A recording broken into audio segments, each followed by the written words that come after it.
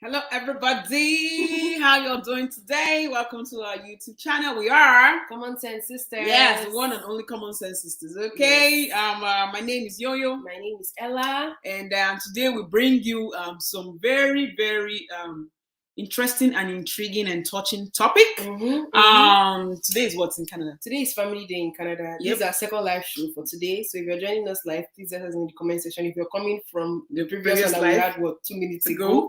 And we're going to be tackling this issue as you could have seen on Internet. But before we start, please make sure to like, share, subscribe, leave a comment in the comment section. Turn on your notification bell so you get notified whenever we post our videos or whenever we are live. And the topic for this today's show is about a toxic teacher who allegedly flogged a child to death. We'll be narrating the stories, and the general question we have for today's live is asking if teachers, now specifically Nigerian teachers, because this happened in Nigeria, if Nigerian teachers should be allowed to flog children. Should flogging be allowed in schools, in classrooms, no matter how young the child is? And we're going to be narrating two different stories for a 2-year-old child and for another one for a 19-month-old child, the things that happened to them. So without further ado, we'll just go straight to the first story. Yeah. So the first story says that a teacher in Delta State was arrested after 19-month-old pupil. I believe that's a pupil on the bed in the hospital with the mother, right? He flogged, mercilessly died in the hospital. The police in Delta State, they've arrested the teacher with Arise and Shine Nursery and Primary School in Asaba, Delta State. The teacher's name is Emeka Nwongu, over the death of a 19-month-old pupil named Obina. Now, the teacher is alleged to have flogged the pupil on Monday, leaving several marks of the cane on his body. In the video has been shared online, and the mother of the child is saying that my son has not been himself since the incident. This is him in the hospital bed receiving drip after the incident in the school. And up till now, the school has not called to know how he's faring or how things are going.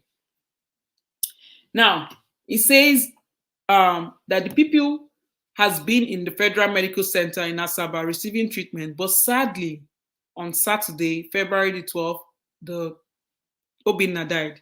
Confirming the incident and the death of the pupil, the spokesman for the Delta State Command, Edafe, said, "Yes, it's true, the pupil died yesterday morning. We've arrested the teacher.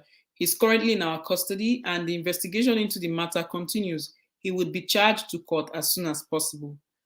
This incident is coming 2 days. It's coming days after a 2-year-old pupil in Lagos was given 24 strokes of cane for failing to recite the alphabet, the English alphabet.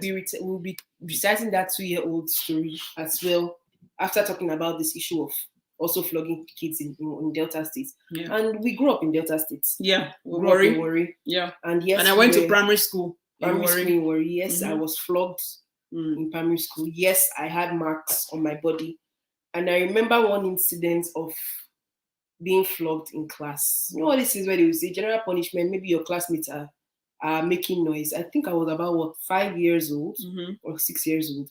I was sleeping in class, and this woman just came to everybody to, put their heads on the table. You know, a teacher will just enter class.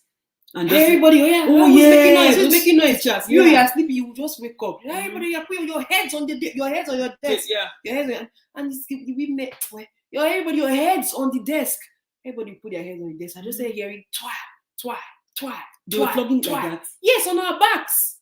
So like you put your head on the desk and they are flogging you on your back. Primary what were you? I was in primary 1.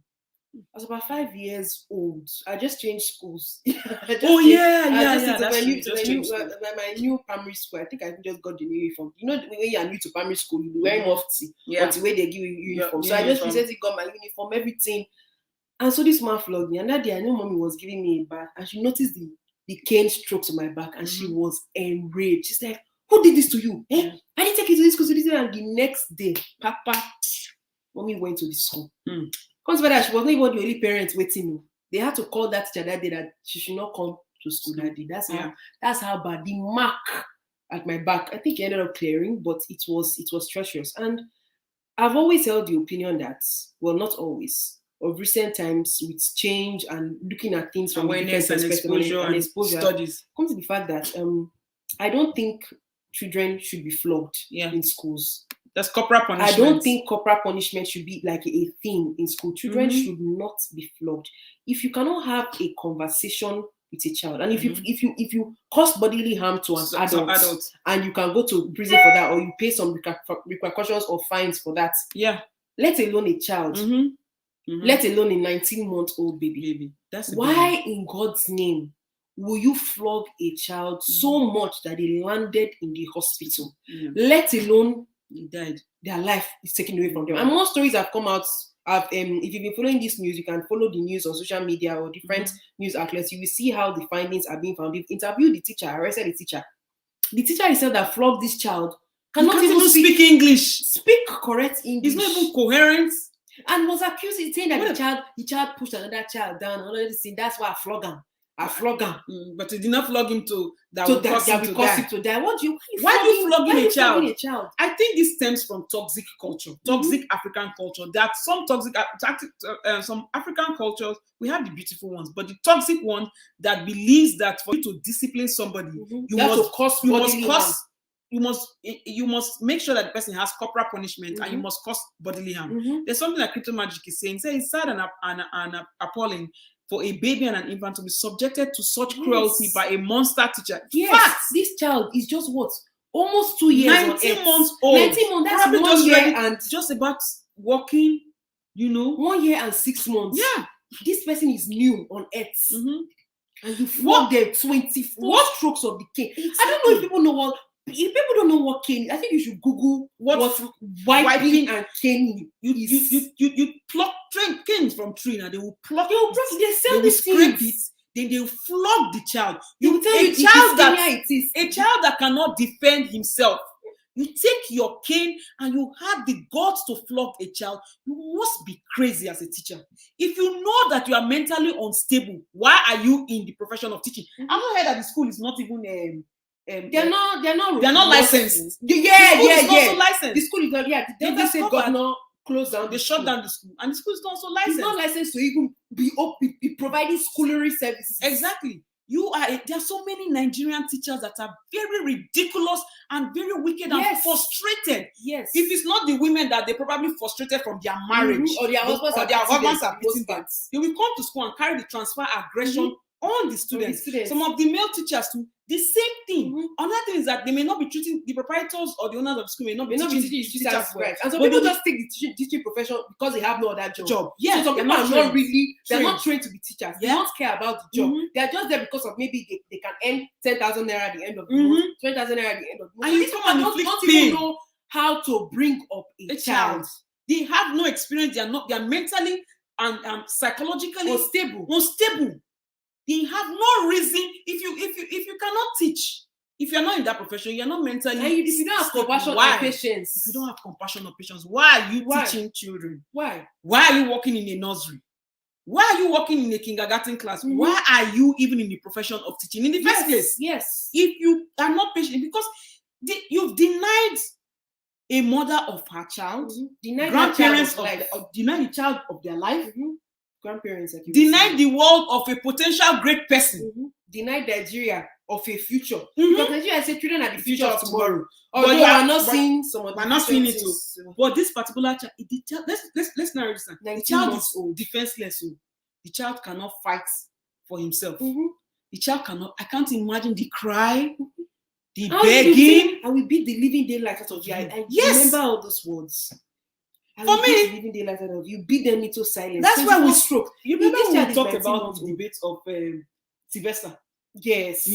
And then also of the pay of Don Davis this thing. Every parent, especially mothers, especially you're a Nigerian, you cannot allow people trample on you, especially when it comes to the issues of your child. People have to know that you get crazy. You're crazy, yeah. When it comes to each of your children, it's not you don't take things normally. Everybody just know. Everybody. And because worry that time you can't try it now. My mother will come. My mother will march to the school. Yeah. Waiting. Who is the principal? I want to know what's going on here. Yeah. I can now be baiting my child and be discovering all this maths. And some teachers have the guts to say that they will do it again. That's for the next story. Now the next story, this one is the first one we read was concerning a man, or it was concerning a male child, this boy that was 19 months old. Now this next story is for the female 2-year-old child, which we will expand upon. And this one happened in Lagos. Yeah. Waka Waka Taylor said, "This is my 2-year-old niece that was flogged mercilessly because she couldn't recite the English alphabet." Let that sink in.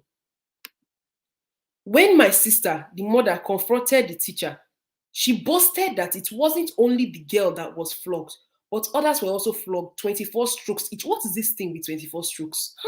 Children of below 3 years old, though.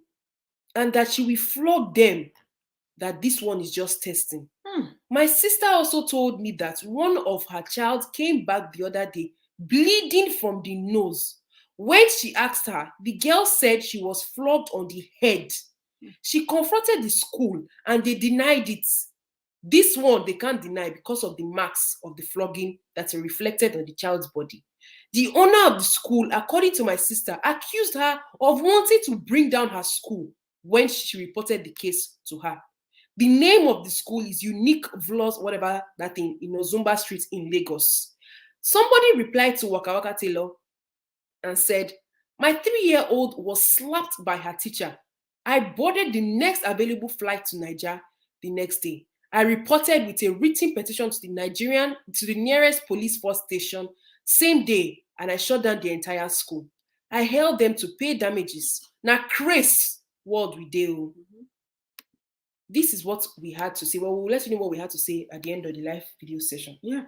So we want to talk about this issue today of flogging children and teachers feeling inflicting pain and harm. They're entitled. Imagine you go and confront somebody for causing bodily harm to your child, and they go and say, "That one is even a small thing. That's testing. I did it to others, so why should your own be the exception?" Or the proprietor of the school tells you that you're trying to bring down their school.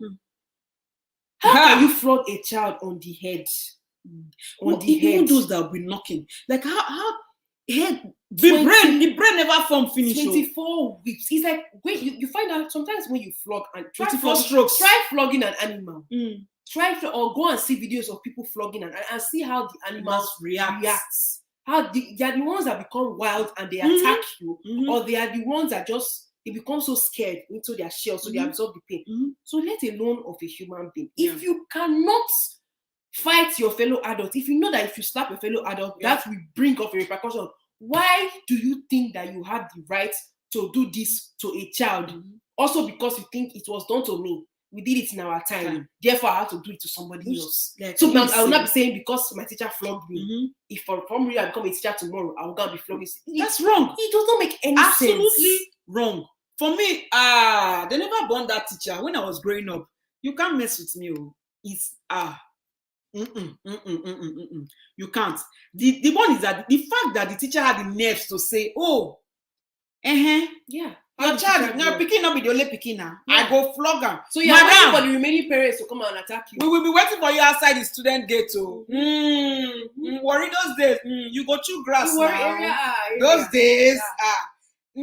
Now V, you go use your teeth to the shoe grass V. And I like what the other guy said. He said, I took the next available flight to Niger and I reported the case.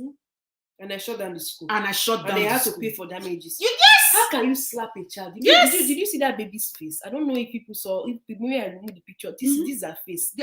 That's the mark that the teacher left on her. Then the one for the 2-year-old. This is the mark on her. But these are two different children. These are babies. Two different families. Babies. Two different families. Then the one of the boy that we spoke about, that is him in the hospital. You can see the drip. This is before he even died.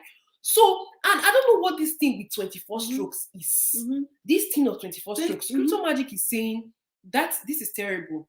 This barbaric corporal punishment should know. They should start writing a bill that they will have to debate and pass into law that it will be illegal and it will be a crime to inflict any bodily harm, including flogging, unnecessary punishment of raising your leg and flying in the air. All those punishment that we used to do. These days, they're not seen as exercise, but yes. these are think about your boyfriend, making you carry heavy items, making you cut the grass and you come up with blisters on your palm, on your hand. It should be illegal in Nigeria. Nigerians and Africans, they have to think of more creative ways of training up children. Yes. You cannot tell me that the only way to discipline a child is to cause bodily harm. That's violence. Yes, we're not even talking about the mental one like what we addressed last week. No. We are talking of the physical harm that's done to children. Yeah. You can't try it.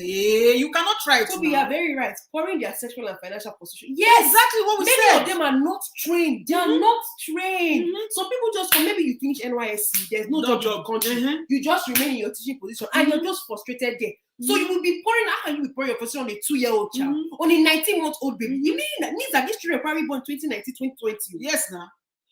Babies. Fresh human beings on earth. Babies. What do they know? Our niece now. I can't even. What do they know? Hey! What do they know? That 24 strokes of the cane for ABCD. Even when people are training up dogs, you have to train dogs. Yes, so you can't even. You cannot flog them. You can't. You cannot flog them for ABC. No. For learning the alphabet, is English their first language? No, now. So some volunteers, they will be flogging you if you speak vernacular, quote unquote, if you speak your native language or if you speak pidgin English. Yes, or because you don't do assignment, they'll be flogging you. Somebody says something here that used to. Should we get a soldier to flog the teacher so that they can know what it feels like? Worry. That's what they're doing.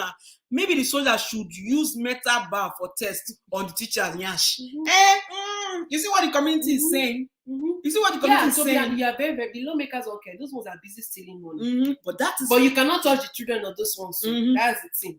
But Crystal Magic is saying in the Western world is straight prison by any perpetrator. Exactly. Yes, and you will lose your license.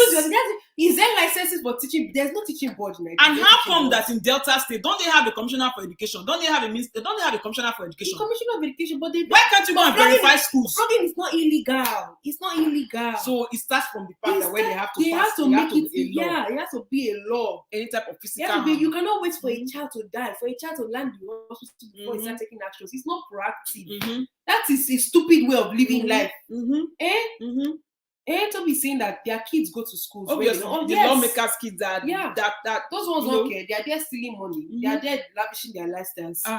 They never born to teach. It's now that I'm an adult and I'm seeing things that I will hear that teacher has. You will challenging parents. You will challenge my parents that they are paying school fees. Without that school fees, they cannot pay your school fees. Your salary. You will challenge. When my mother will come and ask you, why did you inflict pains on my child? You will open your stinking mouth as a teacher to say, Madam, it's not only your child, now small thing. Okay, we'll see you outside. Be prepared for the consequences. No, they're not gonna tell them. And when they come up, they go clear the leg. They go clear the leg or straight. You go repeat it. They go ask you the question again, and you will repeat it.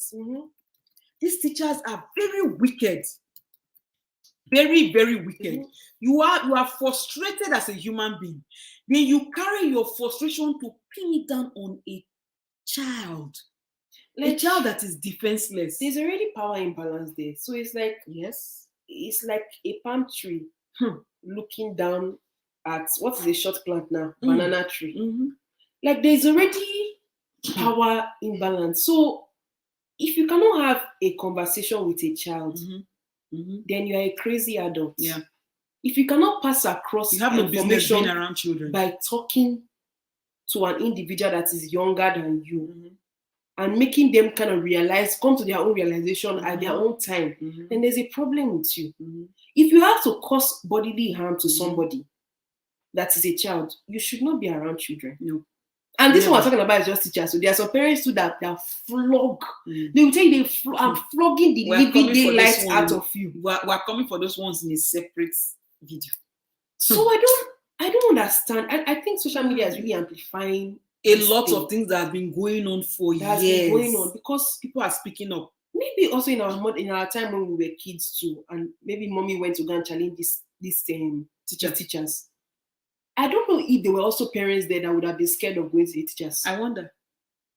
Because we're looking at this thing as a new thing. Like, how dare a teacher challenge a parent? Especially when the parent is right and they are coming from their own perspective was, you cannot cause this harm to my child. You come and tell. You know, there are even some schools that will tell you ahead of time that we flog you. Eh. My secondary school was like that. Really? They used to flog. Mine didn't flog. They used to flog. Sometimes they will flog the boys, because I went at the point time I went to a mixed school. They will flog the boys. These boys, they will not be able to walk. They will not be able to sit down. And the teacher, the patrons, they will be boasting. Yes, the patrons that live with the boys, they will be boasting about the way they flog. They will be boasting at you. Sometimes you will find people, they will be wearing double boxers. Double this one so that they can absorb, so that it's not be too painful. That's high school now. In high school, it's not be too painful. They will flog you. You will be hearing the sounds of the cane from the girls' hostel. These things, and after they finish flogging you, they probably now punish you to do firewood, or they will to pack firewood, or there will be more punishment. Maybe they are flogging you because you came to school and your haircut is not allowed in school. You faded it a bit. They might not only flog you, but they might allow for your hair to grow out a bit, and they will cut it in a way that will make people mock you. Yeah. So you're not only subjected to the bodily harm, but the emotional harm and the mental torture and the bullying. Then if they flog you, if you're not able to chest the cane in school, chesting meaning that you're pretending that it is not paining you. Yeah. Your classmates will probably laugh at you. So there's humiliation. So the intent is to humiliate. It's to humiliate. The intention for flogging for most of the time is not to correct the child. It's to humiliate the child and impose their powers over these children. And transfer aggression. The intention is for the most part is never pure. Is never pure.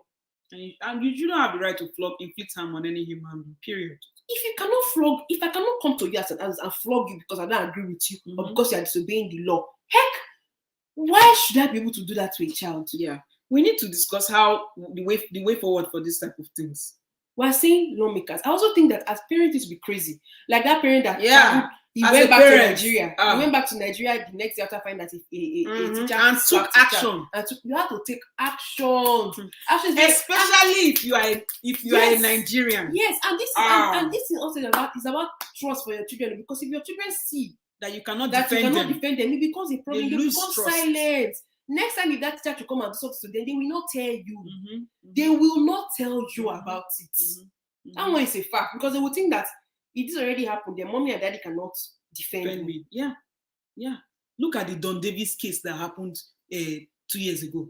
That's in 2020. Whatever. Yes. When the teachers were moving mad, Don Davis' mama, she's like, no. On her own, she decided to be telling her story, be raising that awareness. Yeah, and demanded for justice. You cannot, as a parent, afford to make your child lose their trust in you.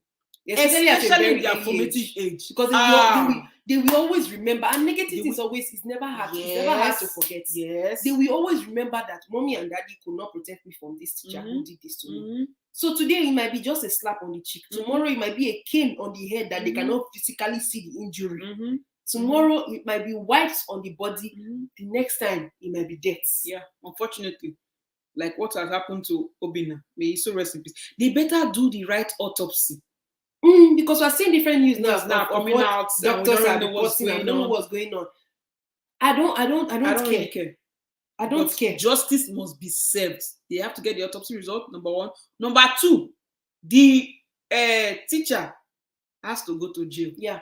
He has to serve long sentence. To serve as an example. And the owner of that school should be headed to prison with some financial, they have to pay fines. They have to have restitution that will be made towards the mother of that child. Yes. Because it's also a young girl. Yeah. She's also a young girl. She should be at 20 or something. Yeah. Yeah. Imagine the trauma of losing your child, somebody that you suffer to give birth to. 9 months, just gone, because a stupid teacher could not control themselves.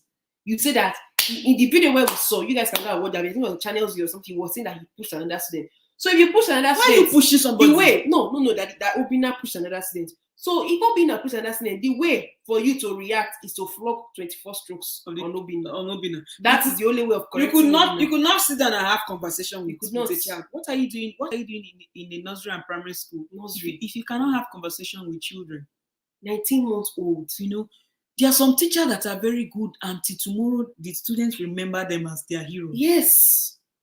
You toxic teachers that inflict pain, inflict harm you carry your useless psychological trauma and inflict the pain on a child, then you go ahead to abuse the common sense of a parent that's asking you the question. You say, how dare you? How dare you? Say how dare you? They're not the only one I flogged. Okay. The fact that you flogged other people does not make it right. No. Gracious is saying that as for me, I never did for Naija for long. But it's like some aspect of our society enjoy bullying. Yes.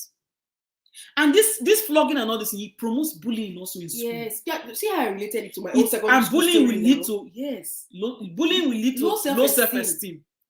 And that will affect them all through their life. So they are from their formative age to teenage to adulthood. It affects them. They will always be silent. They cannot speak. I wonder why there are no critical thinkers in today's world in Africa. Many people don't think critically. They have flogged the voice away out of some of us. There are some schools that they will tell you that the school rule is low cut, and some people will not have their hair very low. Then they will come with scissors and they will cut it in a very you will be looking like a mad person. Yes, and they will make sure that the student carries that haircut like that for weeks in school. Like that. The intention to dehumanize them. If the intention of the punishment useless is not toxic for teachers. The benefit of the child, then it's bad. Yeah, it's to inflate their ego as teachers. Yes, and people become afraid of authority. If you're a teacher, your students should not be afraid of you. You should be the one that they come to ask questions. Their parents are leaving you in their care. For the first 8 hours of their life, they are with you. If you're not a safe space for these students, you should not be in the teaching profession. You shouldn't. That's true. You shouldn't be in the teaching profession. You shouldn't. And they really have to regulate this thing. You know, in Nigeria, there are just different ministries that are not doing any work. They just go to work, sit down, they begin selling Gary and be eating and be gossiping. That's all they do. So if the everyday Nigerian is not ready to take active steps to better our society, we're going to be like this and just keep deteriorating like the Naira. Yeah. For now, it's 2022 and it's For the past 2 years, we've been seeing stories of boarding schools and the harm that boarding schools and teachers and whatever have been causing on students. And proprietors of those schools and how they don't take any action. Yes, they don't take any action. How many kids have to suffer from this pain? How many children, God forbid, have to die before we make changes in our society? This thing should not be a norm. It should not be a norm. I don't want to come back now in March. Another story of somebody else, something bad happened to that child because of a teacher. It doesn't make sense. And sometimes, parents, you have to also look at your child. Look at the eyes of your child. Yes. Sometimes some of your children are so afraid to go to school. You are a parent, you are running kitty cat. I'm late for work. You don't sit down and have that conversation. My son, you have changed. You are quiet. Imagine that one that they flogged on the head. There's no visible thing to show that there was any flogging on the head. Imagine if the child did not tell the parents. That's how they would not be going with that. That child could even have head injury. Yes. In the future, they can have something. They can have dementia. They will not be able to know whatsoever caused this nonsense because your head is formative until your 20s. Yes. Even in your 20s, you cannot be flogging somebody's head. So parents, you have to start looking at your children when you take them to school, when you are in the car with them, driving them home, or you're walking back home from school with your children, safe space. You have to engage in conversations. You also have to get to know your teachers, your kids' teachers. Yeah. Let them know that you're the kind of mother or father that you don't take nonsense for a living. Very respectful. You can be very respectful, but when anything that has to do with your child's welfare, you don't take nonsense for a living. Because some parents take nonsense for a living, and parents who take nonsense for a living, some of them are those that are always running to work without caring for their children. Those that sweep their children's questioning them under the carpet. Will you keep quiet? Your teacher is supposed to do this. You'll be asking, what did you do to make your child flog like this? Yeah, exactly. There are some parents that do that nonsense. Yeah. So we have someone in the studio. So Toby, we're adding you to the stream, and let's hear what you have to say. Hey, hello, guys. Hey. Happy Monday. Happy Monday. It's a public holiday for us here. So. Hey, President's Day, right? President's Day. Don't mind those people. So I stepped out. I've been like a jugbaying up and down. I said, let me come and hang with my lovely common sense sisters. Hey, thank you. Yeah. So I made the topic. I mean, it's really sad, what can I say? It's the same thing over and over and over. I mean, I remember that been several times on the platform here where on your platform where we've talked about the same stories over and over again. And you would think by now the government will do something about it, something tangible, something concrete that we can all see. But it's the same thing. It's really sad. So every time these stories come up, the central theme that you find out, it's all about, it brings together everything that is wrong with the system. So for me, it's a systemic issue. We don't have agencies, government agencies that actually work. So these guys are primarily just there to mark the time and get paid. So there is no proper oversight in terms of watching over the kids, watching over the teachers, and things like that. Yesterday we were talking about, an agency to watch for abuse. When people are abused or when their rights are abused, you don't have that. So there are countries where you can't just fire somebody, for instance. Because the employer will be afraid that the case might go to the proper agency. So there are laws. So if you must fire somebody, there's a process to it. There's a way. Exactly. You can't just say, I hate your face, you're fired. You can't just say that. The same way when it comes to education, when you find a country where things work, there are laws, there are applicable laws. There is in terms of conduct for the teachers, how you relate with your student. So it's a systemic issue that we have, for the most part, in Nigeria, in Africa at large. And let me speak to real quick to the teachers. If you are a teacher, if you are in the position of authority over a child, I recommend, how do I put this? I want to put it in the nicest way possible.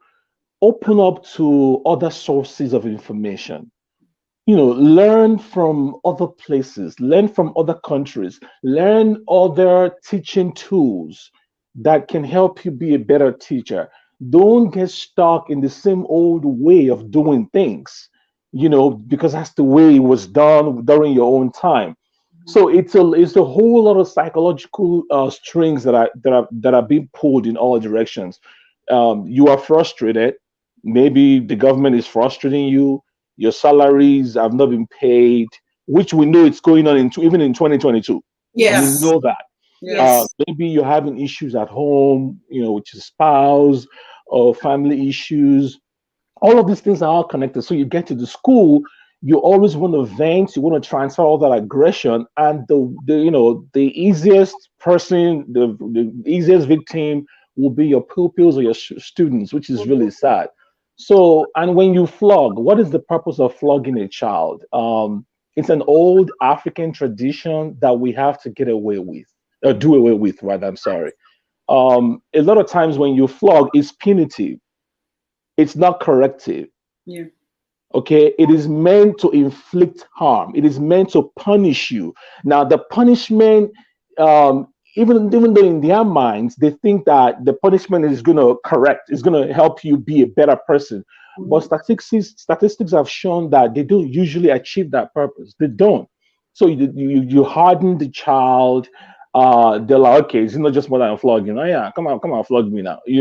And we all went through this. I attended a public school. We all went through that, and we just have to start thinking differently, from the teachers, from the parents, from the school authorities, to the government.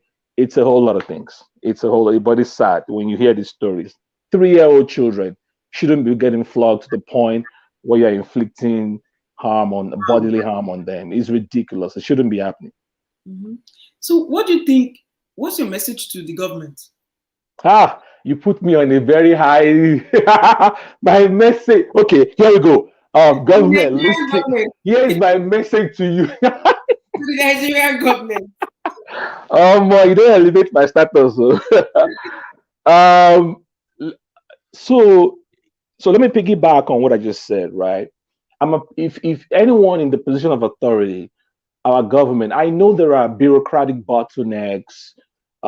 red tapes that make these things difficult to achieve. Somebody's listening to this, they're like, oh, look at these people. They're living in the fool's paradise. I think it's easier said than done. You know, who's gonna care about that when you have more important things to worry about in the country? You know, yes. But at the end of the day, don't wait till the next story goes viral. It doesn't look good on you as a government. Don't wait till the next story gets on CNN, on BBC. It doesn't speak well of who we are as a people, as a country. So why don't we get, you guys have been using a word that I love today, proactive. Proactive. I've heard that word over and over on today's show. Why can't we get proactive and just set things in place and put policies in place? Lawmakers, Nigerian lawmakers, from the last I checked, I think they're the number of some, if not the highest paid in the world. Yes, yeah. And with wardrobe allowance. Yeah, facts. And they still steal. Lawmakers, the highest paid in the world in Nigeria. Yeah. If we rank as one of the poorest countries in the world. Mm-hmm. I mean, if they are giving an award for the poorest countries, Nigeria ranks favorably high. Mm-hmm. Look at our education. Look at the schools. Look at, I mean, we're not talking about somebody making a show from kids that are hawking on the streets. Mm-hmm. And, you know, we're talking about a collective effort to improve things. Mm-hmm. So when you have laws in place as to the government officials, commissioner of education, you know, or rights organizations, to even Labor Congress. Yeah. You know, part of your job is not just to be protesting when you need increment in salary. Yeah. You know, you're also there for the rights, the rights of the people, you know. Yeah. So we need policies in place that can retrain our teachers. They need to be retrained. They need to step into 2022. You know, I watched a speech some years ago by somebody on one of the platforms. I think it was First Bank or one of these platforms. And this lady was making a point about how it is so sad that if somebody said in Nigeria that I want to be an educator, I want to go to College of Education, yes, people look at you like you are a retard. Mm-hmm. Like you know, you're a donor. Like, what is wrong with you? Yeah, it's not like what is wrong with you? Why would you want to go be an educator? Mm-hmm. So at the end of the day, it's either you are frustrated, you couldn't get admission into your first choice in college, you don't know what to do with your life, you've been abandoned or whatever, Jam has jammed you several times. You're like, okay, you're like, yeah, okay, what is next? Yes, let me go and teach. So the point they were making was that apparently, and this is with all due respect to all our educators, we appreciate all that they are doing. But the point that individual was saying, not me, was that we are not having the best of our citizens go into education. That we're not having the best of our people.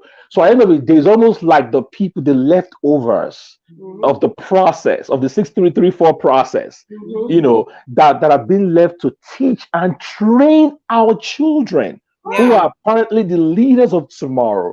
So we need a complete systemic overhaul where our teachers are retrained, salaries are paid. Yes, that's what Audrey's saying. Salaries are paid as a when due. When you don't pay, you know, when I went to a public school, right? When I was growing up, we knew when our teachers got paid. Yeah, that's true. Oh yeah, because they were extra nice to us. Yes, very, very right. Oh, they smile. You see their face will light up. They were extra nice. But when the salaries are not coming in, Jesus. There were lots of assignments that were due. I mean, you could just that's very true. And you could just be being a kid in class, just playing. You know what kids do. You would think you killed somebody, the way they would deal with you. So you can see there's a psychological connection there. These people are pouring their frustrations on the kids. And it should not be that way. It shouldn't be that way. So we need retraining. we need payment of salaries. We need value. Our value systems have to change as well, where we ascribe a lot of value to education and our educators as well. So there's a whole lot of things that have to change. But since we cannot change Nigeria tomorrow, I'll just appeal to the teachers concerning this one story. Please, the next time as a teacher, you have an opportunity, and that thing, that tendency, that propensity that wants you to go and carry cane and kill somebody's child, hold yourself back. Hold yourself back. Count from 1 to 1,000. I don't know what you what you can do, and just avoid inflicting bodily harm on a child, because beyond the physical blisters or harm you are inflicting on that child, you are psychologically traumatizing that child. So here's what you're going to have. You're going to have a child who's been abused, and he or she's going to grow up to become an abuser. That's exactly what it's like. It's like a child growing up in any abusive system, a family, school, any society, right? So what you're doing is you're going to perpetuate abuse, because you are telling that child, this is how you do it. This is how you resolve these things. So the child grows up learning that way, and then the child moves on to. So it's like a cycle, a vicious cycle of abuse. So it really shouldn't. It's a lot. It's a whole lot of things that we got to do. It's a whole lot of things. Yeah. So So thank you so much for your input on that. Another question I have is, what message would you have for parents who do not or are not proactive enough to monitor the changes of their children so even or their child? Sometimes you might have children who will come and tell their parents that this teacher did this to me. Of asking about, from a place of kindness. What happened? Tell me what happened. They come and say, what did you do? So I know. On the child. I know. Some of them justify. They take that child straight. Some of them take the child straight to school in front of the teacher. So what the teacher did, then the child is afraid to speak. So you are putting the victim where the oppressor is. Exactly. They also sometimes, some of them admonish the victim in front of those set teachers, and sometimes in front of their own fellow classmates. Right in school. So what message do you have? What's your take on that? So I love the way you guys laid it out perfectly. I mean, the answer is almost involved in the way you guys laid it out. Parents, part of you guys, you had this amazing program the other day where you talk about intentional parenting. Yes. I remember that vividly. I think that every would-be parent or current parent should watch that show. I am publicly recommending that show, that episode, intentional parenting. So intentional parenting also, I'm not a parent, by the way, but what I gleaned from what you guys were talking about was that part of intentional parenting involves, as a parent, you got to be involved in the life of your child, right? So in the context of abuse in school, the days of it takes a village to raise a child, come on. I don't even want to hear that story. Remember we did a live video where we said the community raise a child. Yeah. I remember, I was part of it. I'm like, who community help? Who community help? So the days of and I grew up in that generation, by the way. The days of you come home and then you see, I'm blessed to live in a country where, as a parent, you don't even need to see bodily harm. Once you see your child exhibiting some tendencies like acting funny, like touchy, like sensitive, like behavioral patterns that you didn't see, that you don't know or recognize with your child, at that moment, you know something is off. You invite that child, you sit the child down. Even at school, there are some parents that abuse the kids at home. So when the school authorities recognize that, they have trained therapists that can pick these things up. They'll be like, is anything going on at home? Mommy and daddy, are they okay? Anyone touching you inappropriately? they start digging into these things, and they've come to find out that there's a whole lot going on that the child is bottling in, and then they dig in more, they do investigations, they find out what's going on, and then they call in the authorities. And then apparently there's this big case that has been brewing that nobody knew about. So the simple, as parents, don't give a carte blanche trust to the teachers. Don't just be like, oh, teachers are always right. My child must be the wrong person, or the wrong one must have done something wrong. That's why, if you didn't do anything wrong, you too, what did you know? Those days are gone. The days of community value system. What you're suggesting is that you trust the value system of the school authorities, of the teacher over your value system as a parent. That's what you're saying. You're suggesting that. I remember the day we had this conversation, I made this point that you are suggesting that there is a general template, there is a community template, like a dossier that we're all supposed to use to raise a child. And there's nothing like that. There's nothing like that. It's because you're going to confuse the child. On the one hand, you're raising the child at home with a set of value systems. On the other hand, the child goes to school and it's like they're monsters over there. So there has to be balance. And so the simple answer I'm going to give is that please, parents, be involved. Provide. Put food on the table. Put shelter, buy books and all that. But at the same time, be involved in the lives of your children, because in the end, what do you gain? Very true. Graciousness has even come with a very common thing. Graciousness, your sense, is pursuing. Make I read that. What did they talk? He said the amount of people I hear of that were born to be left-handed, but had the thing beaten out of them until they found it normal to use their right hand. That's a good one. That's one. We're going to include this topic now. It is very, very graciousness. You are full of graciousness. If you give with your left hand, not even writing. Yes, we went to buy bread. We went to go and buy bread. Our favorite bakery. It's a Ghana bakery. It's not like subconsciously we observed something that happened. So the lady, I don't know if she's left-handed, but she had paid the money with the left hand. With the left hand. And when she finished, she paid and all that. She was like, they gave her brought bread. it out. Yeah. She brought her money. She was like, oh, sorry. And then she transferred the money to her right hand. I was on the line and I asked you. I said, this was only a Nigerian thing. I didn't know that Ghanaians too, they do. Africa generally. I was very, very shocked. My goodness. And I know even sometimes, Mama, if I want to give you something or anybody with my left hand, I'm like, oh, sorry. Yeah. See, the right hand is always correct. You don't chop slap. You don't chop slap before. You don't chop slap before. My dear. We all went through it. I had a classmate of mine that time when we were in secondary school, in boarding school, right? She was a lefty. Like, everything she did was with her left.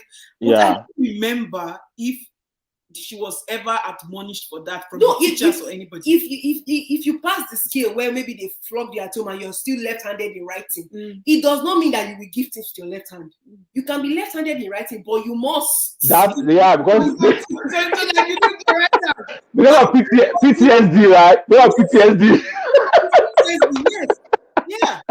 Yeah. Exactly. Yeah. Trauma doesn't circulate for Nigeria. There are. I can mention 3 famous people that are left-handed.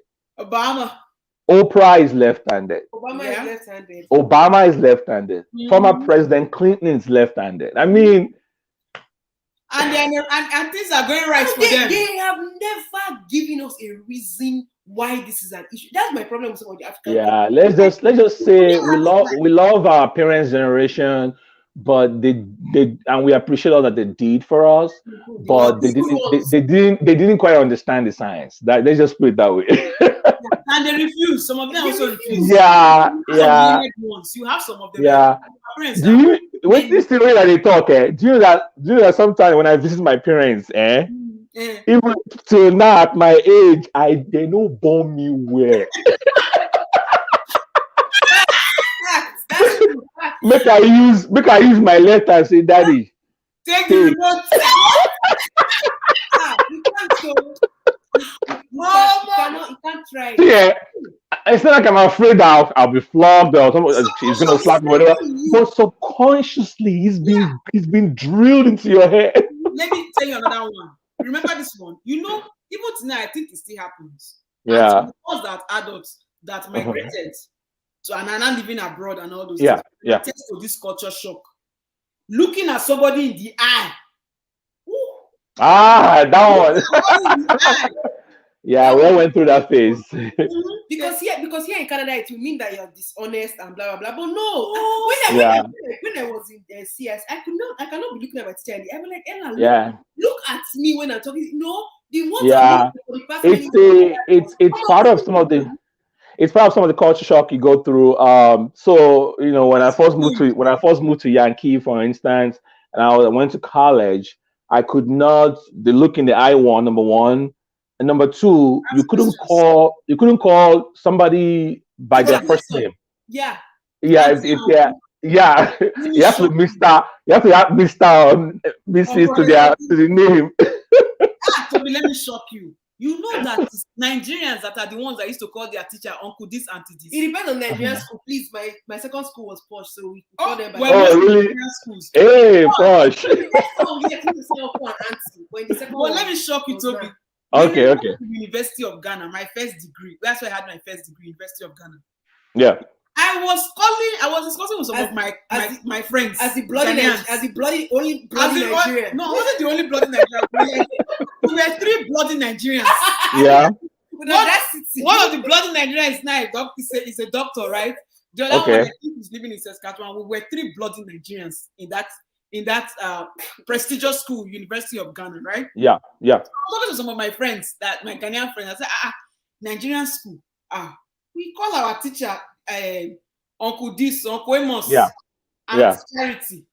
The way they laughed at me, the Ghanaian, my Ghanaian friends, they laughed at me. I said, why you know in Nigeria we see the show, but why people laughing? But Ghanaians, they call their elders uncle and auntie. But in school settings, they call their teachers or their professors by the name Mr. This, Mr. That. But Nigeria, I even think up into university, I wonder if they still call them uncle and auntie. That was a culture shock within the African continent. Within West African, from Lagos to Ghana, it's like 45 minutes flight for me. Yeah. So you can imagine. I'm glad that in Ghana they were able to educate my Ghanaian friends were able to educate me. Oh, that's why I come America. My teacher. It's gonna be so weird. These are some of the cultural shifts that have to. I mean, a lot of things are changing when in Africa, Nigeria. A lot of things are changing, but some of those things are still. I mean, at least the kids that are getting the kids that we have that people are that are being born now in this generation of kids. I think they're slightly different. No. You don't think so? On social media. Yeah. I think the social media not be Nigeria on the ground, the everyday they are still doing this. Sarah is saying something, and I think Sarah is referring to that left hand thing. Sarah said maybe Sarah is the only person that they explained this thing to. So Sarah said they say you clean your behind with your left hand, so it's dead. Yeah. To give to anyone, but that's the explanation they give for it. You wash your hand now. You wash your hands. No, but it's the imagery that hand goes to nowhere. Yeah, so even if you clean it, but everybody knows where the hand goes. So okay. Anyways, okay. So we're very glad that you called into the studio. Yeah. Like I said, I just wanted to hang with you guys and it's a public holiday. The easy days and easy day. But great topic, guys. Great show. Thank you for all that you do. Thank you. I'm sure I speak the mind of all the members of the squad. You guys are amazing. And thank you for doing the Lord's work.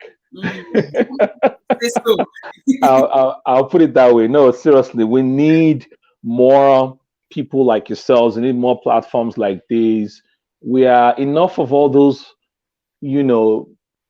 teachings and doctrines and things that they're not really applicable to our society. enough of the Greek and the Hebrew and and all of those things. Let's speak each other's language. Let's talk to ourselves on the level that we will understand, so that we can begin to see systemic change, so you can begin to see tangible change in our world. So that on your way to your mansion, your church, your mosque, you don't just drive through some of the inequities of society or some of the rots in society and you act like, it's not my business. As long as I can just wiggle my way through and escape it. We're all connected, we're all together, we all share the same space, the same country, and we just have to work together. So it starts with changing our mindsets about a lot of these things. And I really appreciate what you guys are doing. I just wanted to say that. Thank you so much, Toby. Thank you, and thank you for your time. Thank you for sharing your own sense. Spending President's Day with your President's Day with absolutely. Absolutely, any day. Our first video to this one is when your President's Day with us who are celebrating their family day. Graciousness. Oh, so it's family day over there. Yes, it's family day today. That's why all these hot topics are here now. What does that mean? What does family day mean? You spend time with your family, have these difficult conversations. That's a good. That's a good one. That's good. Wow. So we are your family, right? Yes, of course. I feel so special. You're special because you told him. You're the one, that's special. So graciousness, I think, is one left hand of a thing for cleaning yash. Yash, for those who don't know, is your anus. Originally came from the Middle Eastern, by the way. Well, your yash is your ass. Kind of like the whole. Oh wow, we don't know about that too. Graciousness, that's interesting. Wait, came from where? Put it back. Came from the Middle Eastern way of Islam. Really? I didn't know about that. That's interesting. So wait, Africans learned that from them? I have no idea. Really? I'm just hearing that. That's interesting. That is shocking to me. Amazing doctor, where have you been? Welcome. And yet they are okay with involving the left hand in washing food and in cooking in the kitchen. Oh, Toby, you are not going. We are continuing. It is very true. I'm thinking amazing doctor. Don't see people that are left-handed cook with their right hand because they are already used to it. No, it's less likely. No, you're right. So Ella, what in the talk? So when they are cooking in the kitchen and they are chopping, say, stockfish or something, don't they use left hand to pick one piece and put it in the mouth or drop it in the pot? Come on. These are some of the contradictions we're talking about. Yeah, so I can't hand something to you with my left hand, but if you are cooking, like I said, I can cook something delicious and serve you with I can cook something delicious with my left hand and serve it to you with my right hand. Oh yeah. I mean, look, it makes no sense. Yeah, it makes no sense. But it's all part of what some of the things that I really need to change. Thank you so much. So did you guys follow up on the story on the child? What happened to the teacher? I'm just curious. So the stories are very conflicting. Some doctors allegedly are not finding any association. They are saying that the flogging does not have anything to do with the child because the child was alleging that the child was vomiting and stooling. And they are saying that that's what led to the child's death. But the child's mother has come out to say no, that the child for 3 days did not stool or anything. That and the diapers should have shown it. Should have shown the diaper was dry. Even after the child died and she collected the clothes and the diaper and everything, it showed nothing about that. So, doctor, you people should go and do autopsy. Yeah, so they were waiting for the autopsy result. That's why we did not really focus on that. Because still a developing story. And the last thing we heard was that also the Delta State government has closed the school down. I don't know if they've reopened since then because the school did not have license to practice. But since it's a did they have a license in the first place? No, no license. The school wasn't licensed. They're not licensed. And the proprietor of the school ran away at the time. They had to even chase the person to catch the person and say the person, "Oh, I was just going somewhere and this." All those nonsense. And for the teacher, if it's a big teacher, if you hear the teacher's grammar, we didn't download the video, so we can't show you. Channels news or something. Maybe we'll put it's very crazy. So as a government, on the policy level, as a government, Delta State government, here's what you can do, right? You can give us up-to-date information about this case. Don't just sweep it under the carpet. Let's begin to step into modern ways of doing things. The right You know, place, have press conferences, have call the media, tell them how the case is going, bring the doctors that conducted the autopsy, let them come and bring the charts, bring everything, let them come and explain to the public. Then the next thing you can do on a larger scale and policy level, still systemic level, organize a training program for the teachers in the state. And then come up with a dossier of new policies for your state in terms of education. Henceforth, as a teacher, you will not inflict bodily harm on a child. If you do that, here are the consequences. You will lose your license. You will be prosecuted. Yeah, I mean, like list of things. So everybody is on the same page. I also so it's not like, because I know you guys know there are teachers out there who are doing what we're talking about here on a daily basis. Exactly. Who are also against all these evil things. They are against, yes. But if maybe the ones that are actually flouting these laws or committing these crimes, they're not even aware of all these things. So if you organize programs, you organize symposiums, you organize conferences, you bring the teachers together, you continuously train them, get them updated, everyone is on the same page, and we can begin to reduce recurrence of things like that. Those are action points that the state can begin to work on right away. I think they should be psychologically evaluated as well. I agree. I also think that in addition to, I agree. I also think that in addition to what you have said, Toby, that this is time for the government to proactively go into schools unannounced. The Commissioner of Education for the state, you have to show up unannounced and do some investigation, random. Yes, randomly. From different to find out this from the students randomly, also from the school itself. You can go to the school and find out the schools which are the ones that are licensed. Are they up to date with the practices? I'm loving this. Shutting them down and converting those centers to something else.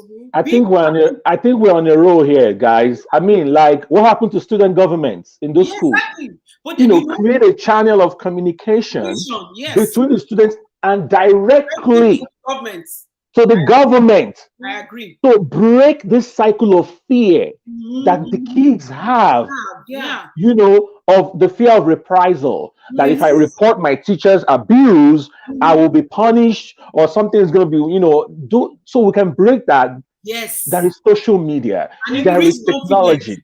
Exactly. So these are very action steps that the state can take right away. Sorry, go ahead. You spoke about that thing of fear. It's very, very true. The Nigerian educational system, the only thing is fear. Oh, it's fear-based. It's fear-based. I remember being in secondary school. We are afraid of the patrons. Like, patrons, they will tell you, you think I'm your matron. The one that I flog you small, I will flog you. They will be flogging boys on their ass, and this thing is it's fear-based. I'll give a quick story. It's fear-based. I'll give a quick story. When I my first year in college, so I was in college in Nigeria before I transferred to Yankee, right? So my first year in college in Nigeria, first day of class, I remember this class, engineering mechanics. So I went to the teacher the guy came to class. You could tell he was unprepared. There was no syllabus, there was no handout, there was nothing. And he just spoke briefly, and then he was about to walk out. So in my young Niger mind then, I just felt like I felt it was inappropriate, like this was wrong. So I went to the guy in my oversabi. I went to the guy with my crew. I was the leader of the gang. I was like, sir, we thought it'd be a great idea if you let us have the syllabus. That way we can know and we'll be studying ahead before the class. In Nigeria? Yes. In Nigeria? Yes. Oh, this was in America. I'm sorry. No, in Nigeria. You know what the guy said? You know what the guy did? He looked at me like this and the rest of my friends. It took the next 30 seconds to laugh. He just laughed. Ha, ha, ha, ha, ha. He was just laughing hysterically. And then when he was done laughing, he looked at us like, you want syllabus? Said, by the time I'm finished between this school, you won't have time to comb your hair. It's Boy, was he right? This guy was right. He said, let me tell you, where do you think you're coming from? In the history of this school, this course you are in, this engineering course, nobody has ever gotten an A. I'm just telling you right now. So whatever syllabus you're looking for, I put, my friend, will you get out of this place? That was the last. Now imagine fresh out of high school, straight to college. Imagine what that does. University in Nigeria. Sorry, imagine what that does to you as a student. Your psyche. But then I transferred over your Omo, they treat you like you are like special. Like you go to the department, they welcome you. They say, do you want coffee or do you want water? Do you have any questions for us? I mean, like, you're like, wait, what? Am I in heaven? This must be the heaven they preach to us in church. It's heaven. They even have evaluation for professors at the end of the semester. Yes. And you don't even need to put your name on it. You need to write your name on it. Yes. You can just say anything and anyhow how you feel. So and it's funny we're talking about this. So let's relate it back to where we started, which is these are the things we should begin to incorporate into our education system in Nigeria.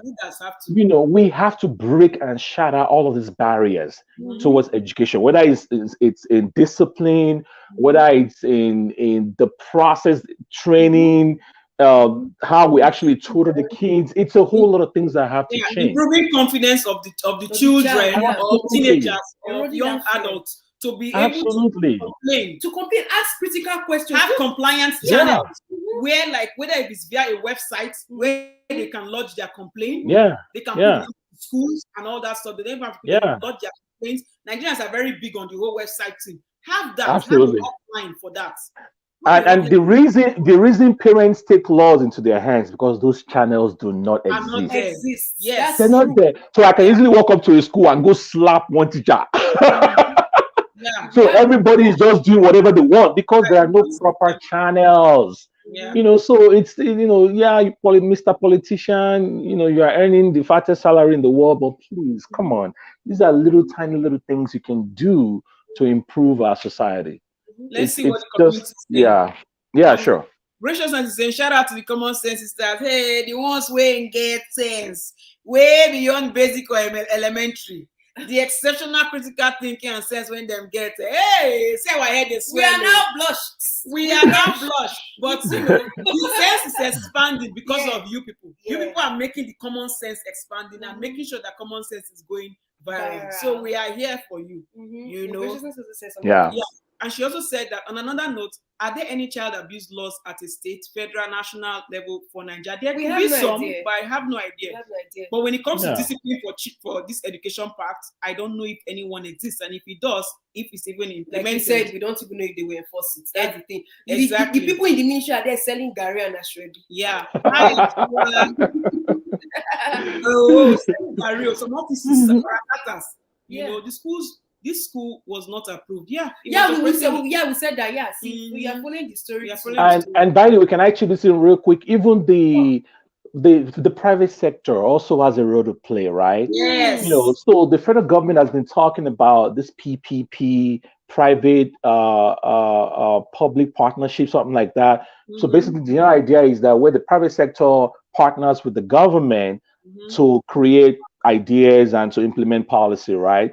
So for the private sector, all of these companies, they have what they call their CSRs, right? Corporate sponsorship, whatever they I've forgotten the full meaning now, but social responsibility. Thank you, God bless you. I just want to contrast that with tokenism, right? So the idea where you're just doing something just because of. So you can just put it on your website and say, hey, CEO, we are a responsible company. We have a little, to stop with the peanuts already. Do things that have lasting impact. I don't know how many times I have seen, please correct me, I stand corrected. I don't know how many times I've seen where the private sector actively engages our education system. I'm not aware of that. where they might say, okay, this term or this semester or whatever, we are sponsoring a conference for the teachers, a seminar for the teachers alone, to come and give them new tools, new mouse traps and how to be better teachers, better engage students, and all the things. We don't have a lot of that going on. No. There's a lot of talk about how to grow your business, how to make money, how to only staff meeting. Let's start meetings with and the teacher needs to say I should be too. So when you don't attach, so what you're saying as a society collectively, what we're saying is we don't value our educators. That's what we're saying. That's what we're saying. Whether you are Mr. Private Sector, whether you are Mr. Government, what we're saying is that we don't value them. We don't value them. These people, you're like this Delta State. Let's zero in on Delta State. You are supposed to organize a program, lodge them in hotels, maybe 3 days, maybe 1 week. Have back to back training. Bring in educators from elsewhere. Let them expose them to modern tools, on training, on discipline, on tutoring, on everything. That is how exactly. That's how it changes. But without that, I can assure you, unfortunately, this story is going to happen again. So what message do you have for? What's your message do you have? Because Ella, help me answer you. There's something notice about us here. That's why we like to come into the show and talk, because when they're talking, I love it. Yeah. So we're getting the conversations, right? Yeah, absolutely. We agree, but the minds of so many people very maybe. And then we also, some people in the comment section are also very helpful. They'll put in their dose of common sense or question, and we'll pin it here and we'll talk about it. So now the proprietors of these schools and the proprietors of these schools. There are some schools where the teachers have demanded for tools that would help them in improving their ways of dispensing, whether they are subjects or education on these students. And these proprietors, they shut them down, right? Or they don't provide those services, but they demand for high quality education. What are you all some proprietors that they'll bring the issue of like in the second story where they brought the issue of this harm that you are trying to put a negative light on my school inflicted on the head of the child, and then the proprietor went on to say that, oh, you are trying to put a negative spotlight on my school, you are trying to shut down my school. Your opinion or your suggestion, suggestion and advice to those teachers, to those proprietors. I mean, so it's all part of the Niger, what they consider. Every time we see something that we don't want to deal with, we say Niger factor. That's kind of like the umbrella concept or phrase that people use to cover up these things. So, but it goes back to all of the things we've been talking about, right? If a student brings something to your attention or goes on social media to share something, man, I love countries. I want to be careful. I know this is a public forum. I just want to be careful I say something. I'm going to call the country name, but I don't want to act like I love my country. I love my home country, but you see some things are like, come on, we should be doing better. Cases where you will see common retail stores, you tag them or you bring something to the manager, they can even give you for free. They'll be like, oh, sorry, we're not aware of that, but thanks for letting us know about it. We'll work on it. Oh, by the way, you don't have to worry about paying for that, or you can get half off or something. Ordinary retail store, the customer relations, amazing. How much more where you have the responsibility to tutor and to train a child, So, Mr. Proprietor, it's not because somebody hates you or somebody wants your downfall. They are bringing something to your attention that perhaps you're not even paying attention to. So if I were you, I would take that as an opportunity to be better, to do better, to improve things, So that's the way I would take it. You don't have to like cover things up. I'm sorry, say it again. Say my enemies are after me. Like you want to close down your school. They're not open to suggestion or recommendation. Yeah. So let me say this: the countries, it's like this is not related, but it's still part of the systemic issues we're having. I saw a video where a tanker truck, like an 18-wheeler or something. The guy was driving on one of the rims, no tire. No tire on the expressway. No tire in the back tire empty. It was on empty rim. So the guy recording the video was behind him. Oh my God. And he was the one making the commentary and recording the video. And then he was one that we basically were just saying, look at what we're dealing with. And you know what's funny? There are other cars around that guy. He was carrying, I think it was a petrol tanker. I can't remember now. But there are we've seen it several times. Maybe brake failure, maybe something. So the societal or communal responsibility is not there. Where people step in and be like, this is wrong. This is wrong. There are countries where on the side of the road you see numbers to call. If you see stuff like that. Yeah, if you see something, say something. Yeah, so it's part of your civic responsibility as a citizen. You see something like that, you can immediately call and report, and they'll send a cop out and they can trace that guy.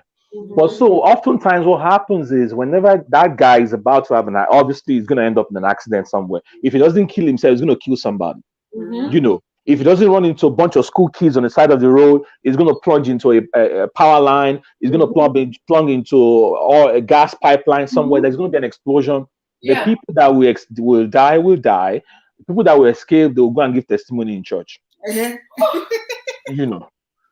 That thank God that they survived, that, God sparing their lives. We have to do better than that. We have to begin to rethink all these things. The countries that have stepped up, that have improved their system, they saw things like this before and they got better. Yes. There's a reason why they have these facilities in place.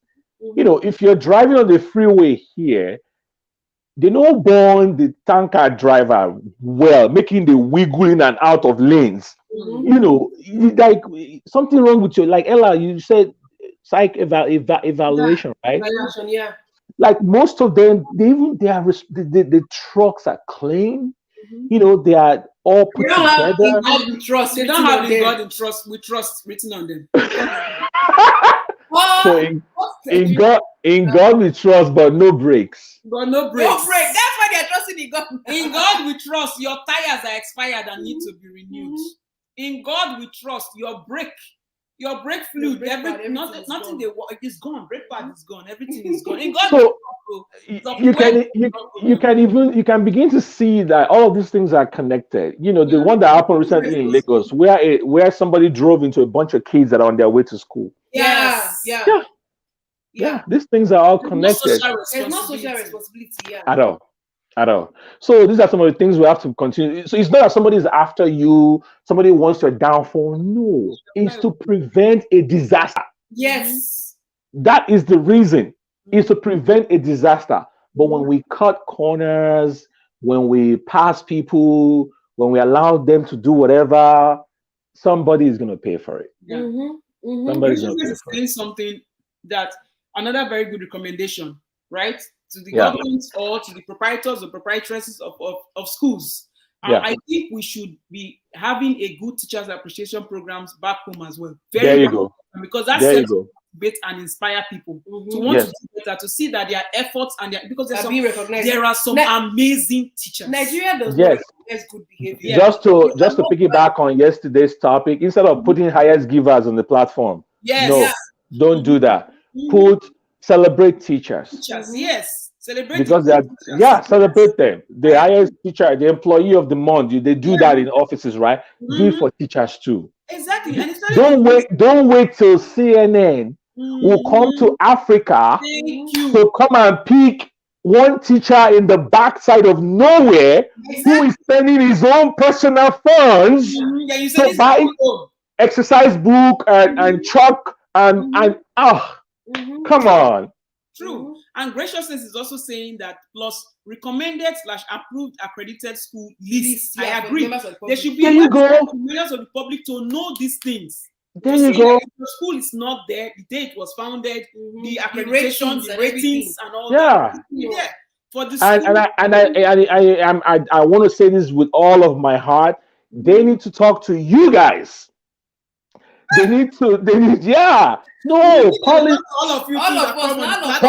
makers. Look, I'm saying this with all of my, I've been following your show for a long time. I've watched many episodes. A lot of policy ideas. Look at the ones we are sharing right now. Yeah. We could form a long dossier of all these things, write them up, compile them, and submit them to the government, right? We could do that. They need to. Even if the government say they don't read, they will cut the video for them to watch. So that they read it. I say, government, don't wait for NSARS, and then they're giving you 5 for 5 list. Yes. Or don't wait things. Don't wait till chaos happens. Yeah. No, you can be. I think the word of the day is proactive. That's the word of the day. Invite. They use the word stakeholders in Nigeria. Yeah. Invite young people. I couldn't hide my disgust, evidently. They like that word a lot. Infrastructure too. Yeah. Why the stakeholders we have? They will not contribute. Now, grammar, just speak there. Grammar, not see stakeholders.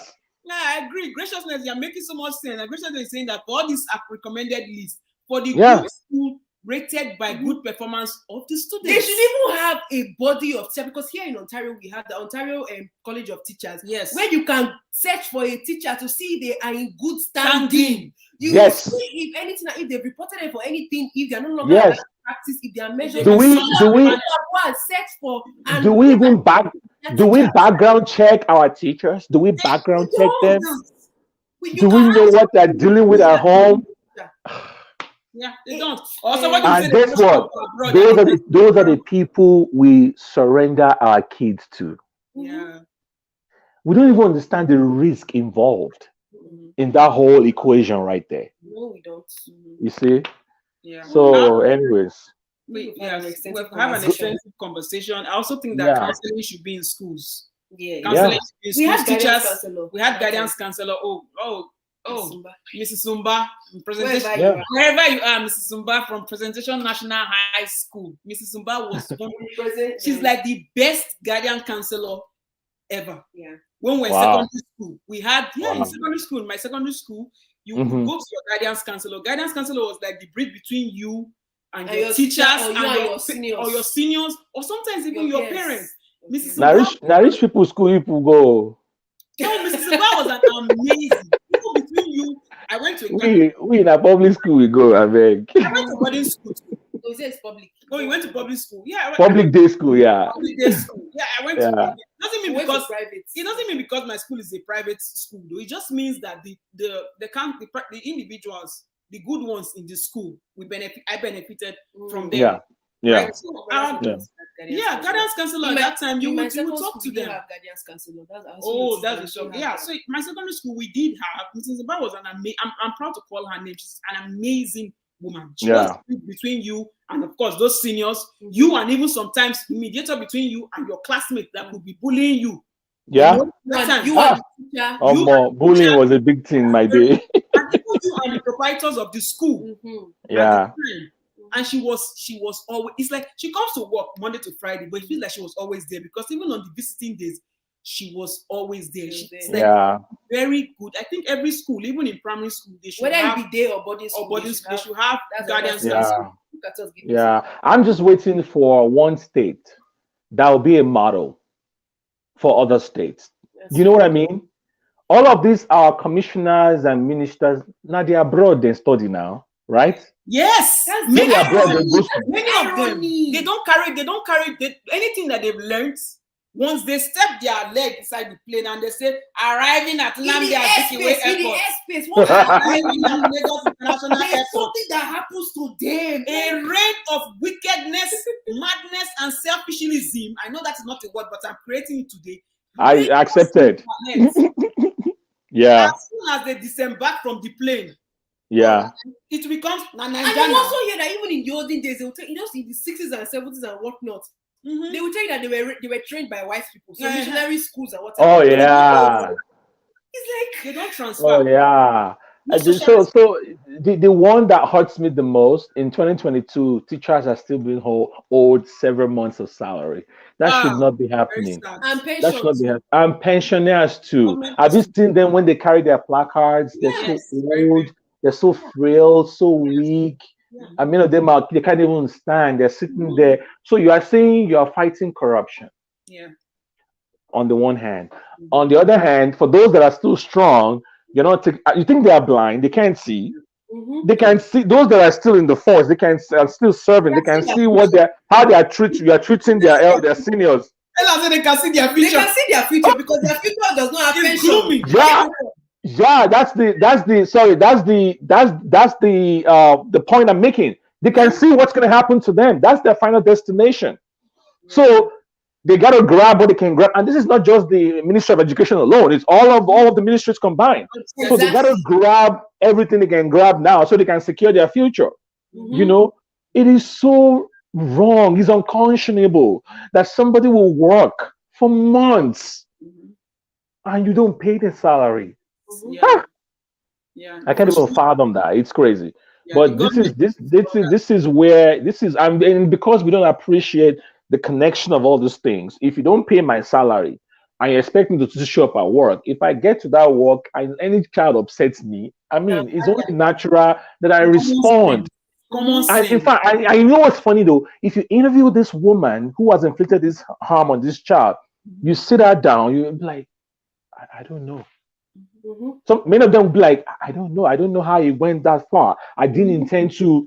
They always talk like that. They be like, I didn't intend for you to go that far. I don't know what came over me. Maybe genuinely she didn't intend to, but it's all part of what we're saying. So our government needs to really step up at all levels to begin to fix some of these things.